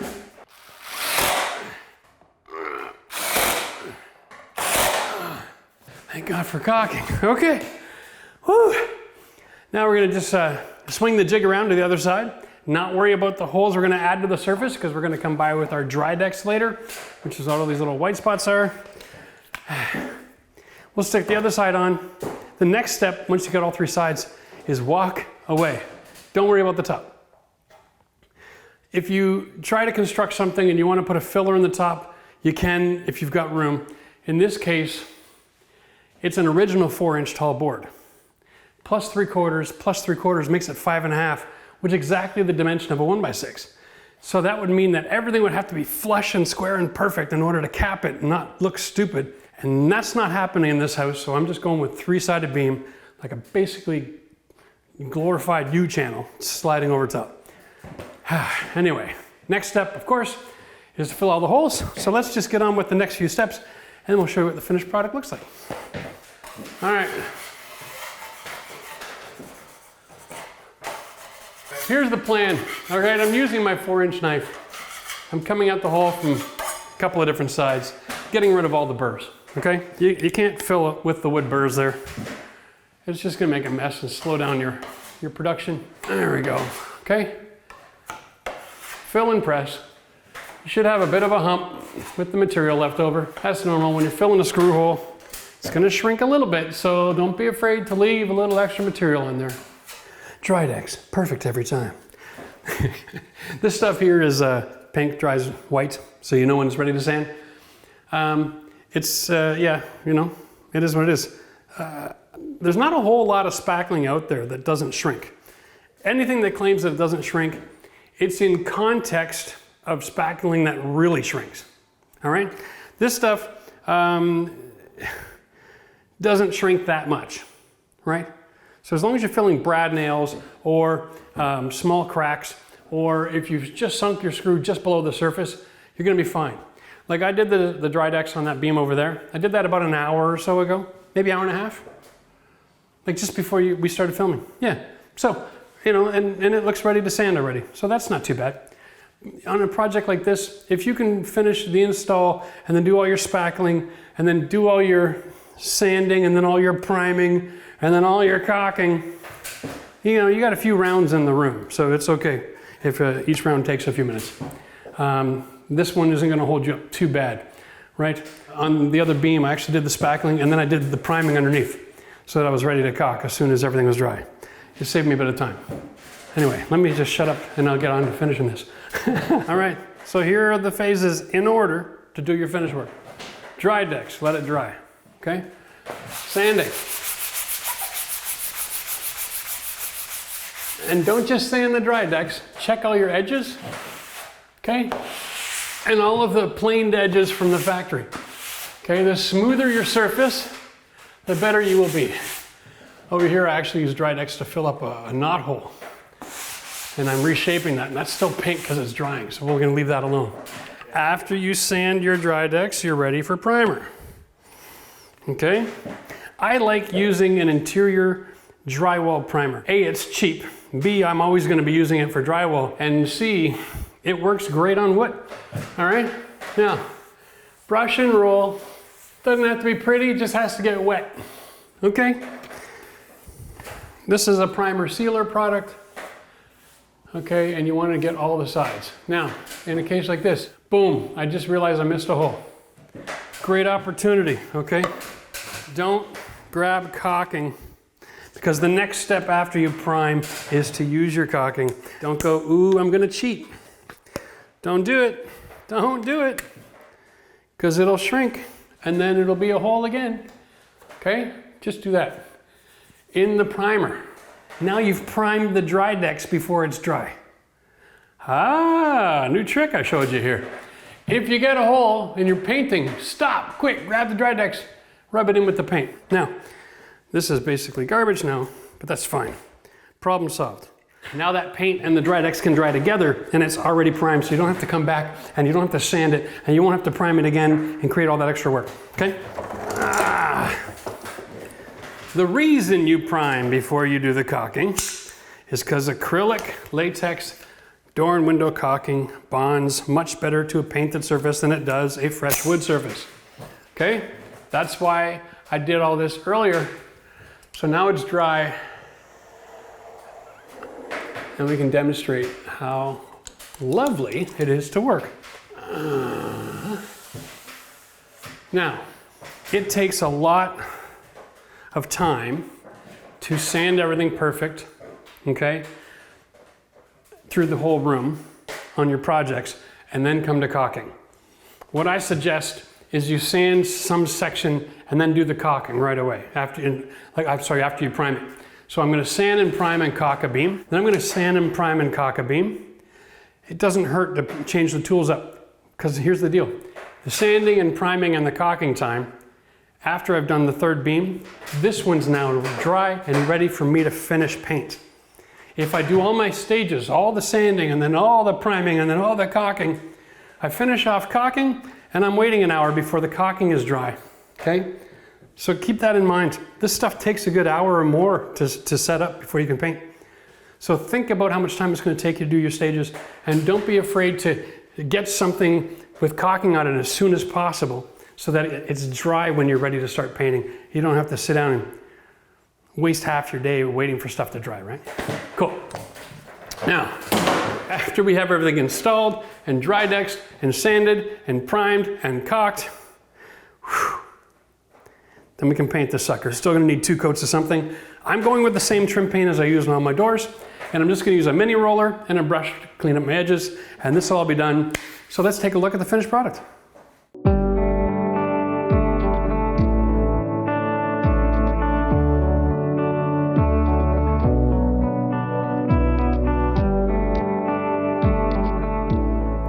Well, here we go, guys. What do you think of that? I think it's a great look. I think it's something that any DIYer can do. Now listen, if you're wondering where you can find 16-foot lumber or up to 20-foot lumber, you can Google search real quickly. There's always going to be a local wood or mill company. Here in Ottawa, I love to go to Wood Source. It's my favorite place to shop for anything dealing with something that grew out of the dirt. Bottom line is, this is a project that you can do yourself and you can earn great return on investment in your house. Remember, most renovations only get you about 70 cents return on the dollar if you hire somebody, but if you do it yourself, you're making money. Hey guys, it's Jeff from Home RenoVision here, and today I'm here to talk about my new closets. This is my master bedroom, and I've got his and I've got hers. So we're building underneath the slope. So it's a little bit tricky, and because of the design of this old farmhouse, in order to get the room nice and big, what we're doing is we're putting in modular closets. That's the name of the company we've gone with, and we're gonna put them all tower systems and everything else with drawers. It eliminates the need for any furniture, and we're gonna go from something really basic and simple like this to this and this. And I'm gonna take you on the whole process, right from going online and ordering and measuring and then installing and building these things. It's gonna be a lot of fun, and I think if you wanna get a really spectacularly sexy closet, then this is a great solution for you too. Let's get going. Now, designing a closet really starts online, but all you have to do is, since we're building our own, is make sure that your interior finish dimension, you got about 26 inches of depth, okay? And the reason for that is when you're hanging clothes, 24 inches is comfortable, but giving yourself a little bit more distance is really beneficial so that when you close doors, you're not always catching a sleeve in it or something, right? So, let me get this. I know, I'm getting old, I need reading glasses. That's all right. Shout out to Costco. Great. Now, we are gonna go online, and actually before I do that, got another announcement to make here. Bum, bum, bum, bum. We got our silver play button in the mail for our second channel, Reality RenoVision. All right? And listen, if you're a fan of this Reality RenoVision channel, then give this video a thumbs up. Why not? And if you haven't subscribed to this yet, you need to be, because we're making major changes. We're gonna go to once a week video. We're gonna do more of a blog style about our journey, okay? And so when we're finished the next season, that's gonna happen. Make sure you be a part of this, because this content is awesome, and my wife is in those videos, and you're gonna love her. She's amazing. All right? Now, let's put that away. We'll put a link down to Reality RenoVision in the video description down below, so make sure you take a minute and just go sign up to that channel. This channel we do how to build stuff. On that one we do why and all of the trouble that we run into. It's a lot more fun if that's the kind of content you're looking for now. Now listen, the reason we're doing this and we're using modular closets is on the last closet video we did, we actually built our own closet system. And we can have the link for that video in the description as well. And it was at my daughter Christina's place. And not everybody's gonna be in the market to build their own cabinets from scratch. So this is for people who are looking for ready to assemble furniture. That's what they ship you. And the best part about this company is the website was freaking amazing. You can just go down here to design your closet. All right, so we got two options here. You can design it or they can design it, all right? And here's just the picture. This is the rough design, and that's what the closet finish looks like. This is why we're going this way, because it's an amazing way to get all of your stuff in drawers and behind doors if you want to without having to buy furniture. So if you consider the idea, especially in old farmhouses, you can use that space under the slope, right, and fill it all up with closets like this, and you don't have to buy any furniture. Now, we went and designed our own because we're nuts. All right, so let's get started. Choose a closet type, a walk-in, a reach-in, or custom. Oh, that's neat. Look at this. So mine is more of a reach-in, and my back wall, now here's the only thing. Because I have a slope ceiling, I'm gonna call my back wall 8 feet. And that works. Left wall, they're suggesting at least 2 feet, which is 24. I like to go 26, but we don't have to tell them I'm making more space. I'm gonna do double swing doors. And my length, let's go with 8 feet. The back wall is 10 feet. That's the back wall, that's the closet height. Now that makes sense. So 10 feet, 10 feet, 8 feet for door, boom. Customize shape. Now from here, we get to pick floor color, wall color, trim color, all these things. You can really go to detail. My goodness. I'm going to put in a double door here, and I'm going to make that a 4-foot door and a double door here. Okay, so when you hit create closet, they already build one for you. and then you can just make some adjustments, all right? So let's get started. No, let's get rid of that, and let's take a look at what they got for an option. So I like the idea. Now, we've got options for shoe shelves, medium, hanging. We can adjust the priority for hanging from low to high. Drawers, maybe less drawers. Let's create it again. Wow, I got lots of room for shoes now. I think we're gonna go low on the shoes because this is for me.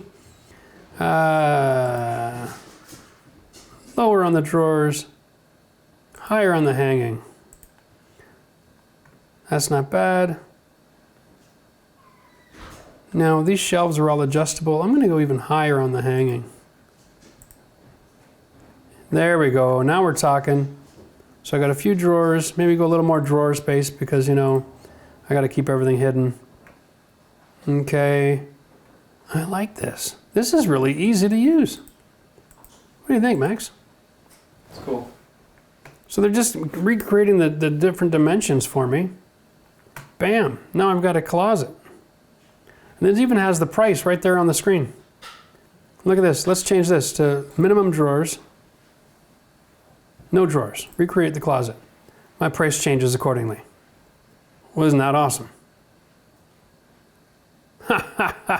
Now I can edit components. All right, yeah, let's do this. Try it, I don't know, we'll see what happens. I like to fool around. Oh, look at a belt rack. Look at this, I'm gonna put a belt rack up here. Okay, I got a belt rack there now. It says it's in the wrong spot. Okay. Boy, you can spend a lot of time doing this.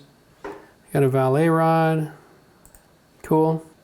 My God, now look at this. If you're ever in doubt as to what's going on, you just hit the request design help, put in your information. Nope, I don't live in Alabama, imagine that. And these folks will jump in and help finish your design for you, right? You can even get a consultation over the phone or over the email. That's amazing. Let's cancel this for now, and we're gonna just say that that's my product, and I'm gonna add to shopping cart. There we go. No, let's just go to the cart. Let's check out. I'm a simple guy. I can imagine everything else. Okay. Here we go. So it breaks it down into the different tower components. At this point, you get an idea of how much you're spending on each unit, and you can go back and change things. Options to pay. Only ships to the United States. Sorry guys if you live in Canada or you're EU for this one, but they are limiting their shipping to the United States. And that's fine. Okay, I know I'm in Canada, and I'm gonna be able to make arrangements with them. I think the point is that for 850 bucks with free shipping anywhere in the United States, this is a great option if you want to get a custom closet. I mean, that is 10 feet of wall space, floor to ceiling, custom closets. You can keep it simple for now, and then down the road, you can even go back to the company later, add drawer packs and other features and benefits. It's so easy to install. So let's leave this. We'll go upstairs and we'll show you how this product installs, and let's get building our closets. This is one of these moments where you get to see me make a mistake. This is what I ordered. Beautiful. Lots of cabinets, it all hanging. In a traditional height closet, you have a second bar, so you got separates and then full length gowns. Perfect. Lots of storage, drawers, all this kind of business, right? No need for additional furniture in your room. But what I have is an 1880 farmhouse, not a normal closet. So I'm gonna go through a couple of the things we ran into, and then we think we have a solution to this problem, but let's just deal with this. First of all, I had to build out a closet wall. And I had restrictions because I have a door going into the room. And I can't move that any further to the right because it's near the top of the stairs. And so I've got a code issue there. Besides, if I build it out on this side over here, I start getting closer to the window. So I'm dealing with my original slope ceiling here, okay? When these cabinets came, we then put them together. It's a cam lock system, like a lot of furniture that's ready to assemble. And we realized at that point that we couldn't get this up to the 80 inches we wanted to. We had the height in the closet, but we would have to custom cut. And originally I was thinking I'd just custom cut, put it all back together again. But then reality strikes. The custom cutting in this situation is still gonna be almost impossible because the house itself has a curve to it. So there's no way for me to actually build all these closets and step them down and custom cut them. No matter what I do here, it's gonna look like junk. So instead of going with that elaborate system, I'm gonna put in 3 towers, and I'm just gonna put in regular good old fashioned closet rods. And I'm not gonna get the performance out of this that I wanted, but it is gonna give me a little bit more space so that if somebody wants to use a dresser or something, there's room for that here. And that might even be a benefit in the long run. So what we're gonna do is, instead of having one of these in between each set of opening doors, we're gonna put 2 of them together in the middle, okay? And then we'll have this one scooched over here a little bit. We're gonna have room for a rod in between that and a rod on the other side, and then a huge rod down on the end. Yeah, such is my life. This way, we are pretty level. We're only out about 1/4 to 1/2 inch over the 4 feet, and we can make that work if we're using a rod to connect the ends. And then for the rest of the oddity over here, just a huge solid rod is gonna it's gonna save my bacon. So consider this before you go and order something like this. Make sure you've got the depth, make sure you got the height. We ordered this and assumed we were gonna customize the closet to fit the cabinet, but have now come to realize that that's gonna be an impossibility. I missed out on how out of level this floor is in my calculations, and it's made this system impossible. So they have components, other boxes that go half size for each space here. It's just not gonna work out.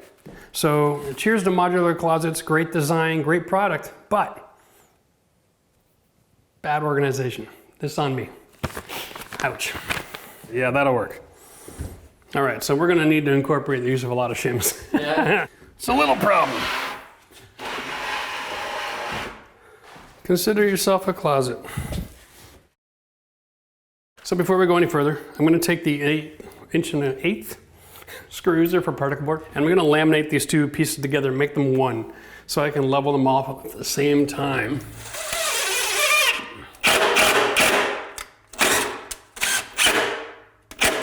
When the screw gets to the second piece of laminated material, the threads grab and it pulls them apart. And so the way you deal with that is you have to back it off and go again, and usually 2 or 3 times. So once you've completely sunk on the head, back it one more time, drive it clean through until it's flush again, and you should be nice and tight. Right then. So now we are going to use our shims and try to find our happy level place. Okay, so there's 2 things I've got to do. I've got to level it this way, obviously, and we're out. Great, and I want to level it this way. So in order to do that, I've got to pull the cabinet off the wall a little bit. There we go. So at least that's going to work.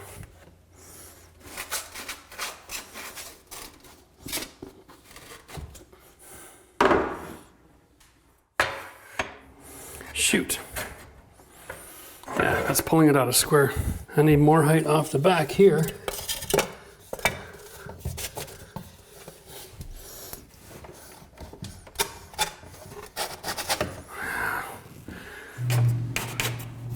All right, let's check this. Oh, perfect. Loving it. So we got it working this way and that way. Good, good, good, good. All right, so what we're gonna do is, obviously I've got shims coming from different directions. And what we wanna do is we wanna be able to cut the shims so they're not visible. So I'm just gonna mark where that is, okay? I'm gonna hold them together. That same contact here is still making contact here and here and here. It's the nature of the shim. If I cut back about 1/2 inch and then I install the shim 1/2 inch deeper, standing there looking at the closet, you're not gonna see the shim.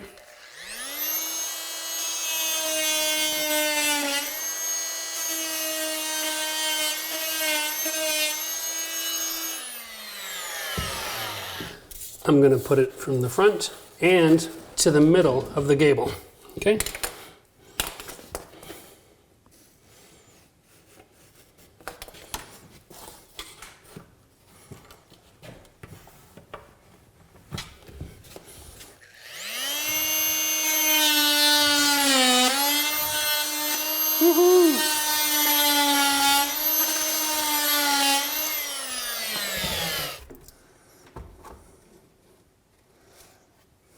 So now the only thing left to do, we have a few things left to do, but now I have to mount from here.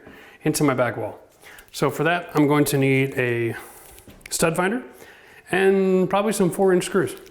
Well, we kind of got them installed. I needed to get screws. So what I'm doing is I'm putting that on a list because I don't believe in going to the store more than once a day. Call me old-fashioned, but if I have to go to the store more than once a day, all that is just wasted time. I'd rather find something else to do on my site and then deal with this again tomorrow. So what we're gonna do is we're gonna move on. We're gonna paint some door trims, we're gonna paint some doors, we're gonna hang some doors. For in this video, we're gonna just hang the doors. We've got the different hardware for you. We've got roller ball attachments for up here. We've got to get those installed. We've got some dummy handles to put on.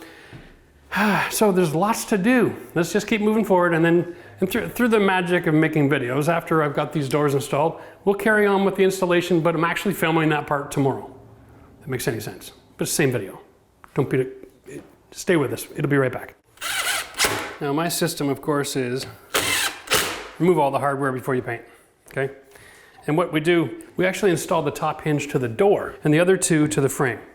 So then I bring the door over with the hinge attached and I'll screw it in place, and then it automatically sets itself for the other 2 hinges. It's really difficult sticking 3 hinge doors together, even when they're machined in a shop, because of all the nuances of hardware and everything else. This is just an easier way to do it. One of the advantages of working with a local custom mill shop for your doors and trim, the place I go to is Classic Wood Moldings. They actually cut the doors to size. They created the doors and the jambs. They mortise it all for you. All you gotta do is stick it together on site. They even pre-drilled the holes for my roller balls and supplied me with all my hardware. Amazing, because if you try just going to the local box store, you'd be surprised. A lot of times the hardware only comes in chrome or brass. And as you see, I'm kind of digging the black look this time. So here's the roller ball. It just drops in. And you can see there's a height of the ball. The ball's on a spring. So if you have too much compression, you can tighten it down with a wide screwdriver or a 5-in-1, or I'm using a dull chisel. Here we go. Make sure you don't put the compression on the width side of the door. You can blow out the top. Go on the wide side.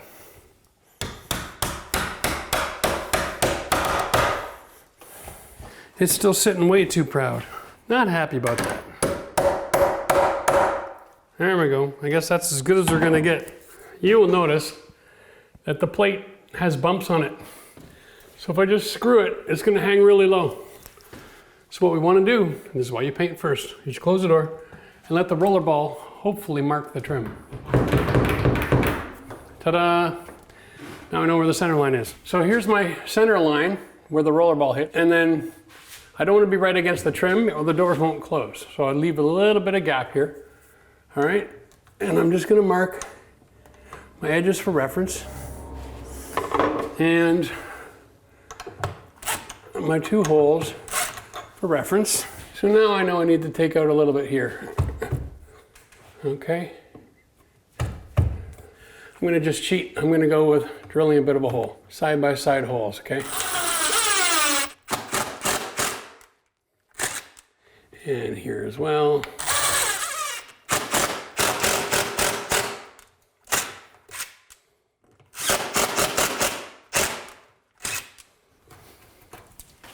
That looks like it'll work really nice.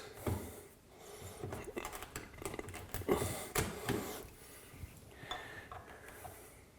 we go. Now we've got an option. If you want to do really nice work, you can use that chisel line there. Okay. We can actually chisel and recess the wood, right?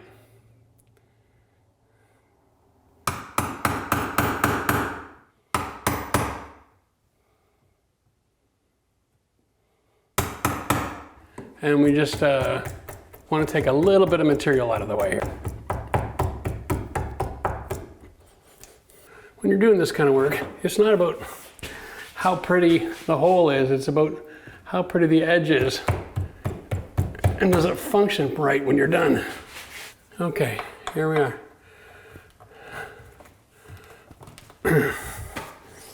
Now, oh yeah, oh yeah. All right, let's see if we know what we're doing. Boom. All right, now we gotta do with this one. Well, that one went in a lot easier. Here we go.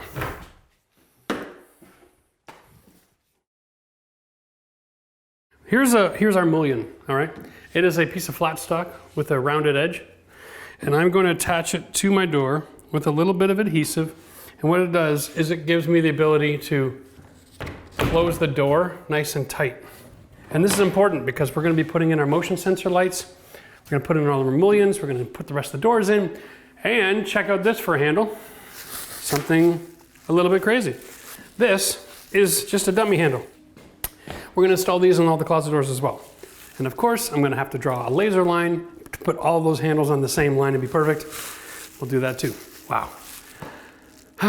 That'll be the rest of my day. And of course, in a few seconds, we'll come back to rebuilding the inside of that closet because at the end of today, I'm going to the store to go shopping, and then I'm coming back so that we can film the rest of this next time tomorrow.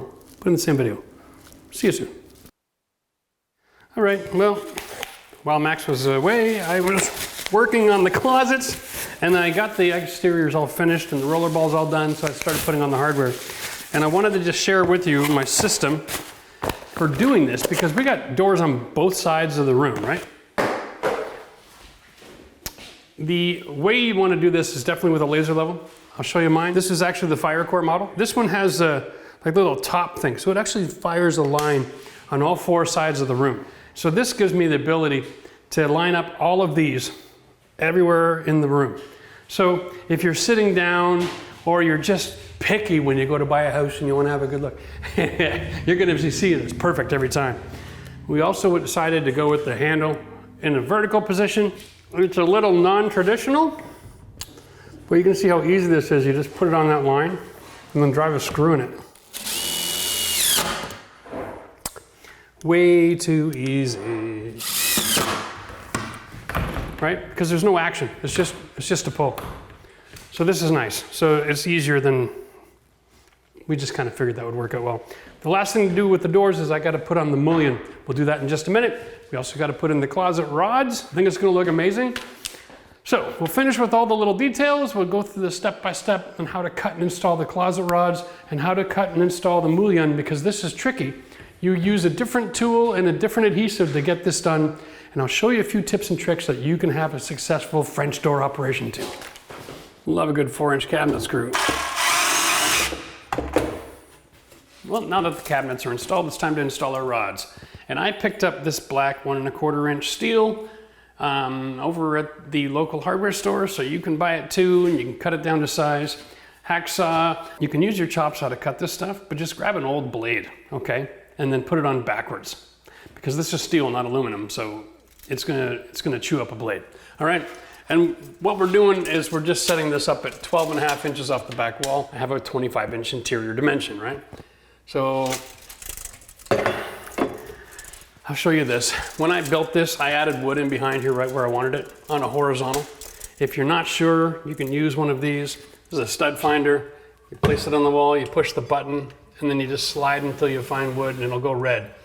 There's no vertical here, so here we go. There we go. That's where I want it. Boom. So it's just a matter of making a couple of marks. So I need 12.5 inch to the center. There we are. Now, I want to put these spots on my laser level line. All right. Because I don't have 3 hands, I'm just going to mark the drywall like that. Now I can grab a screw and set this up. The secret here is not tighten it up too much. All right, you can find that sweet spot before you drill the other screw in. Okay. Good.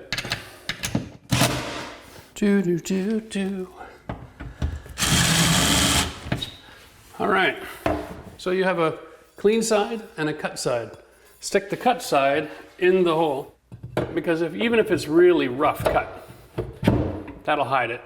Set the bar in place.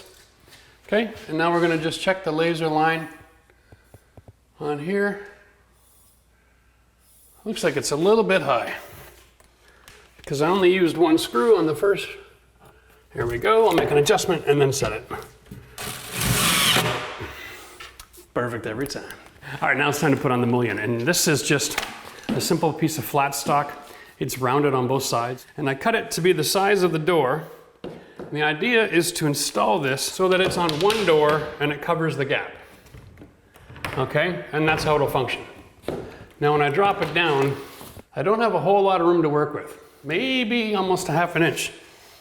All right, so taking my PL Premium and I've cut a bit of a groove into the side here. What I'm doing is I'm using that groove to set my edge of the PL Premium so I can run it down the side of the door. There's no way you can do it clean like this freehand, okay? So take my advice and cut that groove in the side of your caulking tube. Over time, all the functionality of that door is going to put a lot of wear and tear on whatever nails you use. So got to have the construction adhesive in this case. Next thing I'm going to show you here, this is a 23 gauge finish nailer. These nails are super tiny. They're 1¼ inch. They're so thin they have arrows on it so you know which way to put down in the gun. This is perfect for this scenario because you don't need a lot of nail and you don't have a lot of material to work with. What I'm going to suggest is you just set it on the floor right where you want it and see if there's any identifying marks on the floor that'll help you line it up. This piece of flooring actually has a groove right where I want that trim to go, so that's going to make this a lot easier. And then lift it up into place until I like the look. There we go. Go down here.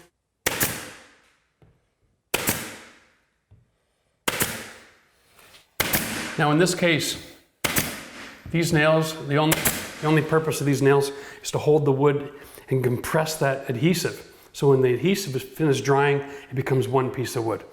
You're not using the nails here and relying on that to keep everything in place.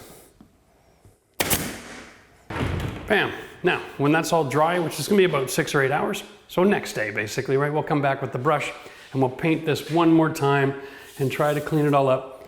These nail holes are so small you could actually use DAP caulking to fill them. I'm not in a hurry, so I'm gonna use the dry decks and then we'll just give it a quick buff and then one more coat tomorrow. So we've got our drawer here. It was really simple. Just 4 sides, solid wood, they screw together. Really good quality drawers here. And then we got the drawer hardware. Now, this represents the face of the drawer. Okay, so when I take this apart, I'm going to pull the arm, pull this, set that up, and then I know that this is going over here. Okay, this makes it a lot easier. Wow. All right. And then there. So, first thing we'll do is attach the face with the wood screws. They come pre-drilled. Way too easy. And then we'll just look for another, there's a hole there. Good, that's done. All right. Same for the other side. Okay, now we should just take this measurement real quick. The middle of this is a little bit more than 3 inches to the bottom of the drawer. Okay, so that means I need to install it at the 3rd hole so that it actually clears the shelf. So I'm going to start with the front of the back. There is a hole here. And I'm starting here because I know I can't mess up my location. Here's the 3rd hole. All right. Now, unfortunately, nothing else here lines up. Wow. That is kind of scary. I don't know if these guys even know this. If I get these angles different, there's no way to install that drawer nice, right? So now this has got to be perfect and I've got to use wood screws. Okay, so here's how you solve it. You got to get a short screw. Now I picked up these in the soffit aisle, right? Where you get you can buy soffit and J-trims and stuff like that, all the aluminum, and they sell these self-drilling metal screws, and it's going to work fine for particle board because all of it, the weight is downward. I'm going to use 2. I'm also going to grab my laser level and set it up right here and draw a nice laser line so that the line is connecting on all 4 sides. When you run into problems like this, and you will, because the world is funny that way, have a laser level. Problem solved. There we go. Let's see what we got. I'm not going to adjust it. I'm just going to leave the same kind of spacing all the way around. I think that'll be easier to accomplish. Now the back of this hardware, there's 4 holes. Well, 3 for sure. So I'm going to throw in 1. Try to get this. It's difficult to do this over the laser at the same time as with the camera. Okay. I'm going to see, maybe that'll work. What I'll do is I'll just get the first screw in, and then we're going to try the drawer operation empty and see how that works. Here goes everything. Okay, the only trick here is you got to line these both up at the same side. We'll do this side first. Got to line up the gaps. There, got it clicked. Okay, yeah, I'm pleased with that. Yay, now I got 12 of these to install. We'll do that off camera. We're not going to waste your time. But when we come back, we're going to be able to show you the final project. Just when you thought you were finished, we're also going to cover installing the hardware. Okay, so let's go through this. I'm going to do this, make it easy for you. And these 3 holes are pre-drilled for standard handles, the standard handlebar or just the single. I like to go with a single because every time you drill through the face of a cabinet, you're risking splitting or doing excessive damage, and then you're destroying your cabinet. So what I'd like to do is take a small drill, something smaller than the hole, because the hole represents the size you need for your screws. And I'll take this and I'll drill through, right through the face. Oh. And, okay. Even a small hole has extra damage, right? Now, I can swap it out for a drill.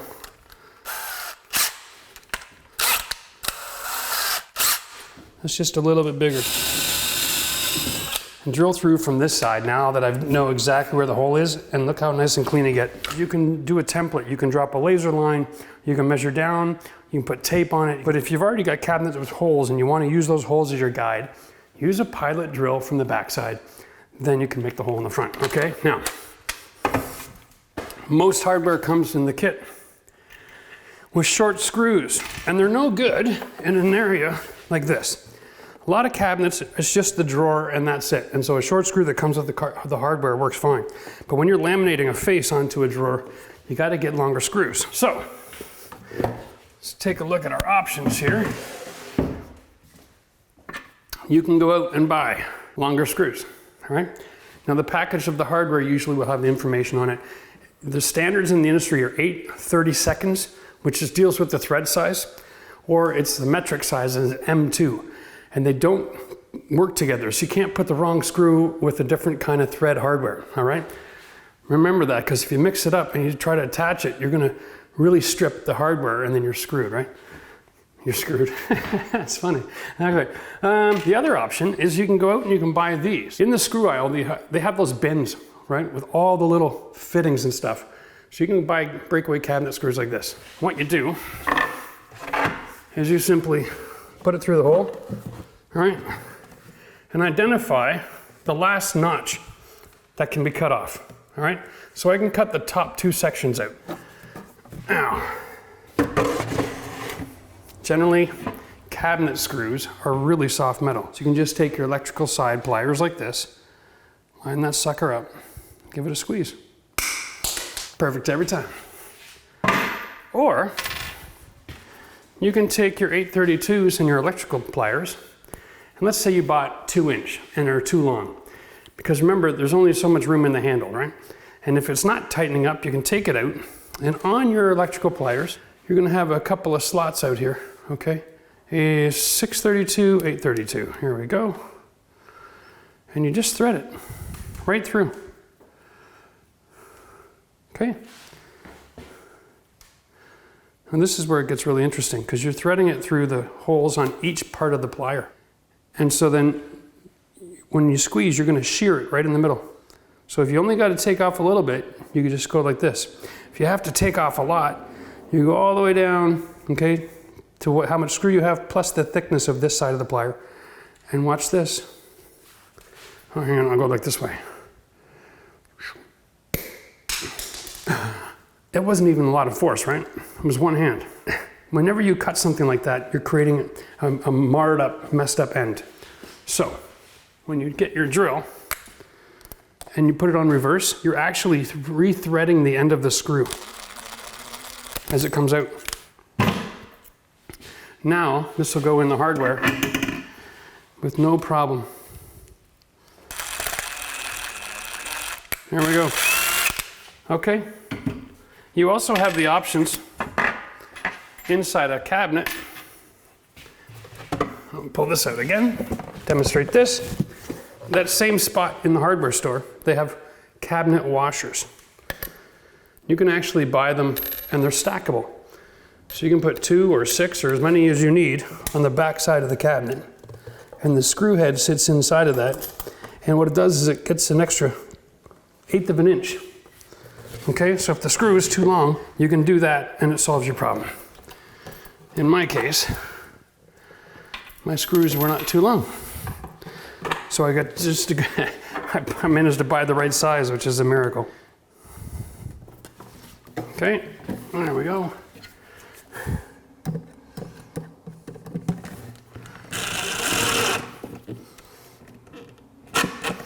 Now, that of course is a lot easier to do when the drawer's installed, but it's easier for you to see what I'm doing. Here we go.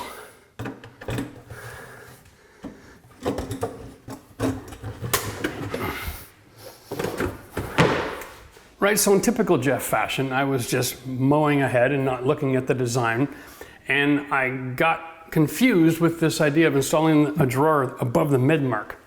Now these cabinets came pre-drilled on the side for these handrails, but all of those pre-drilling locations are below the midpoint. So I, like an idiot, started making it too high and had to reinvent the wheel, when in fact, it was designed to be installed with very little complication. I learned that as soon as I started putting them a little lower. I was like, oh, there is a hole. Wow. Sometimes, you know, we just don't read the instructions and this is what happens to us. All right, anyway, so this is really simple. Now these rails have got pre-drilled locations, so you can set them up and all the drawers are perfectly spaced. Makes your life really easy. I am a big fan, however, of drawers that are high enough off the ground that stupid little people can't get in there and get really important things or dangerous things. That's why I like the drawers that are this high up. But anyway, enough about that. So, cheers to the cabinet company. They did a great job in manufacturing this product and making it DIY installation friendly.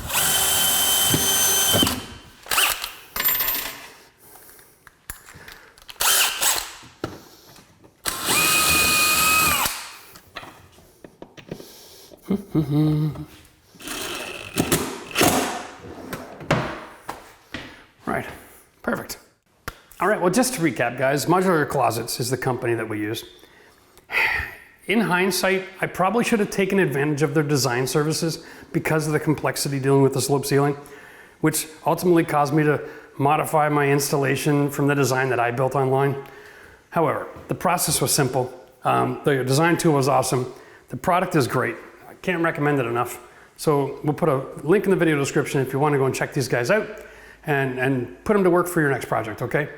Really quality stuff. Super pleased, especially the little details with the closet drawers. Like, these are perfectly spaced. I didn't have to spend all day long tweaking and twisting and turning. Just went together like really, really quick and simple. Wow, now that's a transformation, right? Listen, this took a little bit of work, obviously. But when you break it down step by step, you realize that nothing we did in this room was overly complicated or too much for any regular DIYer to master, and we used basic tools. So, be empowered. The project cost about $8,000, but we went from 1880 to a modern, sexy living space, right, with a ton of storage. There's just no way that you can talk about return on investment in a house and not talk about creating a master ensuite. This is the kind of project that you should be doing. It's basic, it's simple, it's not a lot of mechanical involved, there's not any structure involved, just really remodeling with an attitude. This is big time, right? Listen, if you enjoy being a marathon viewer and you like really long project videos, then consider watching right over here. Don't forget to subscribe to the channel because we're doing the bathroom next, baby.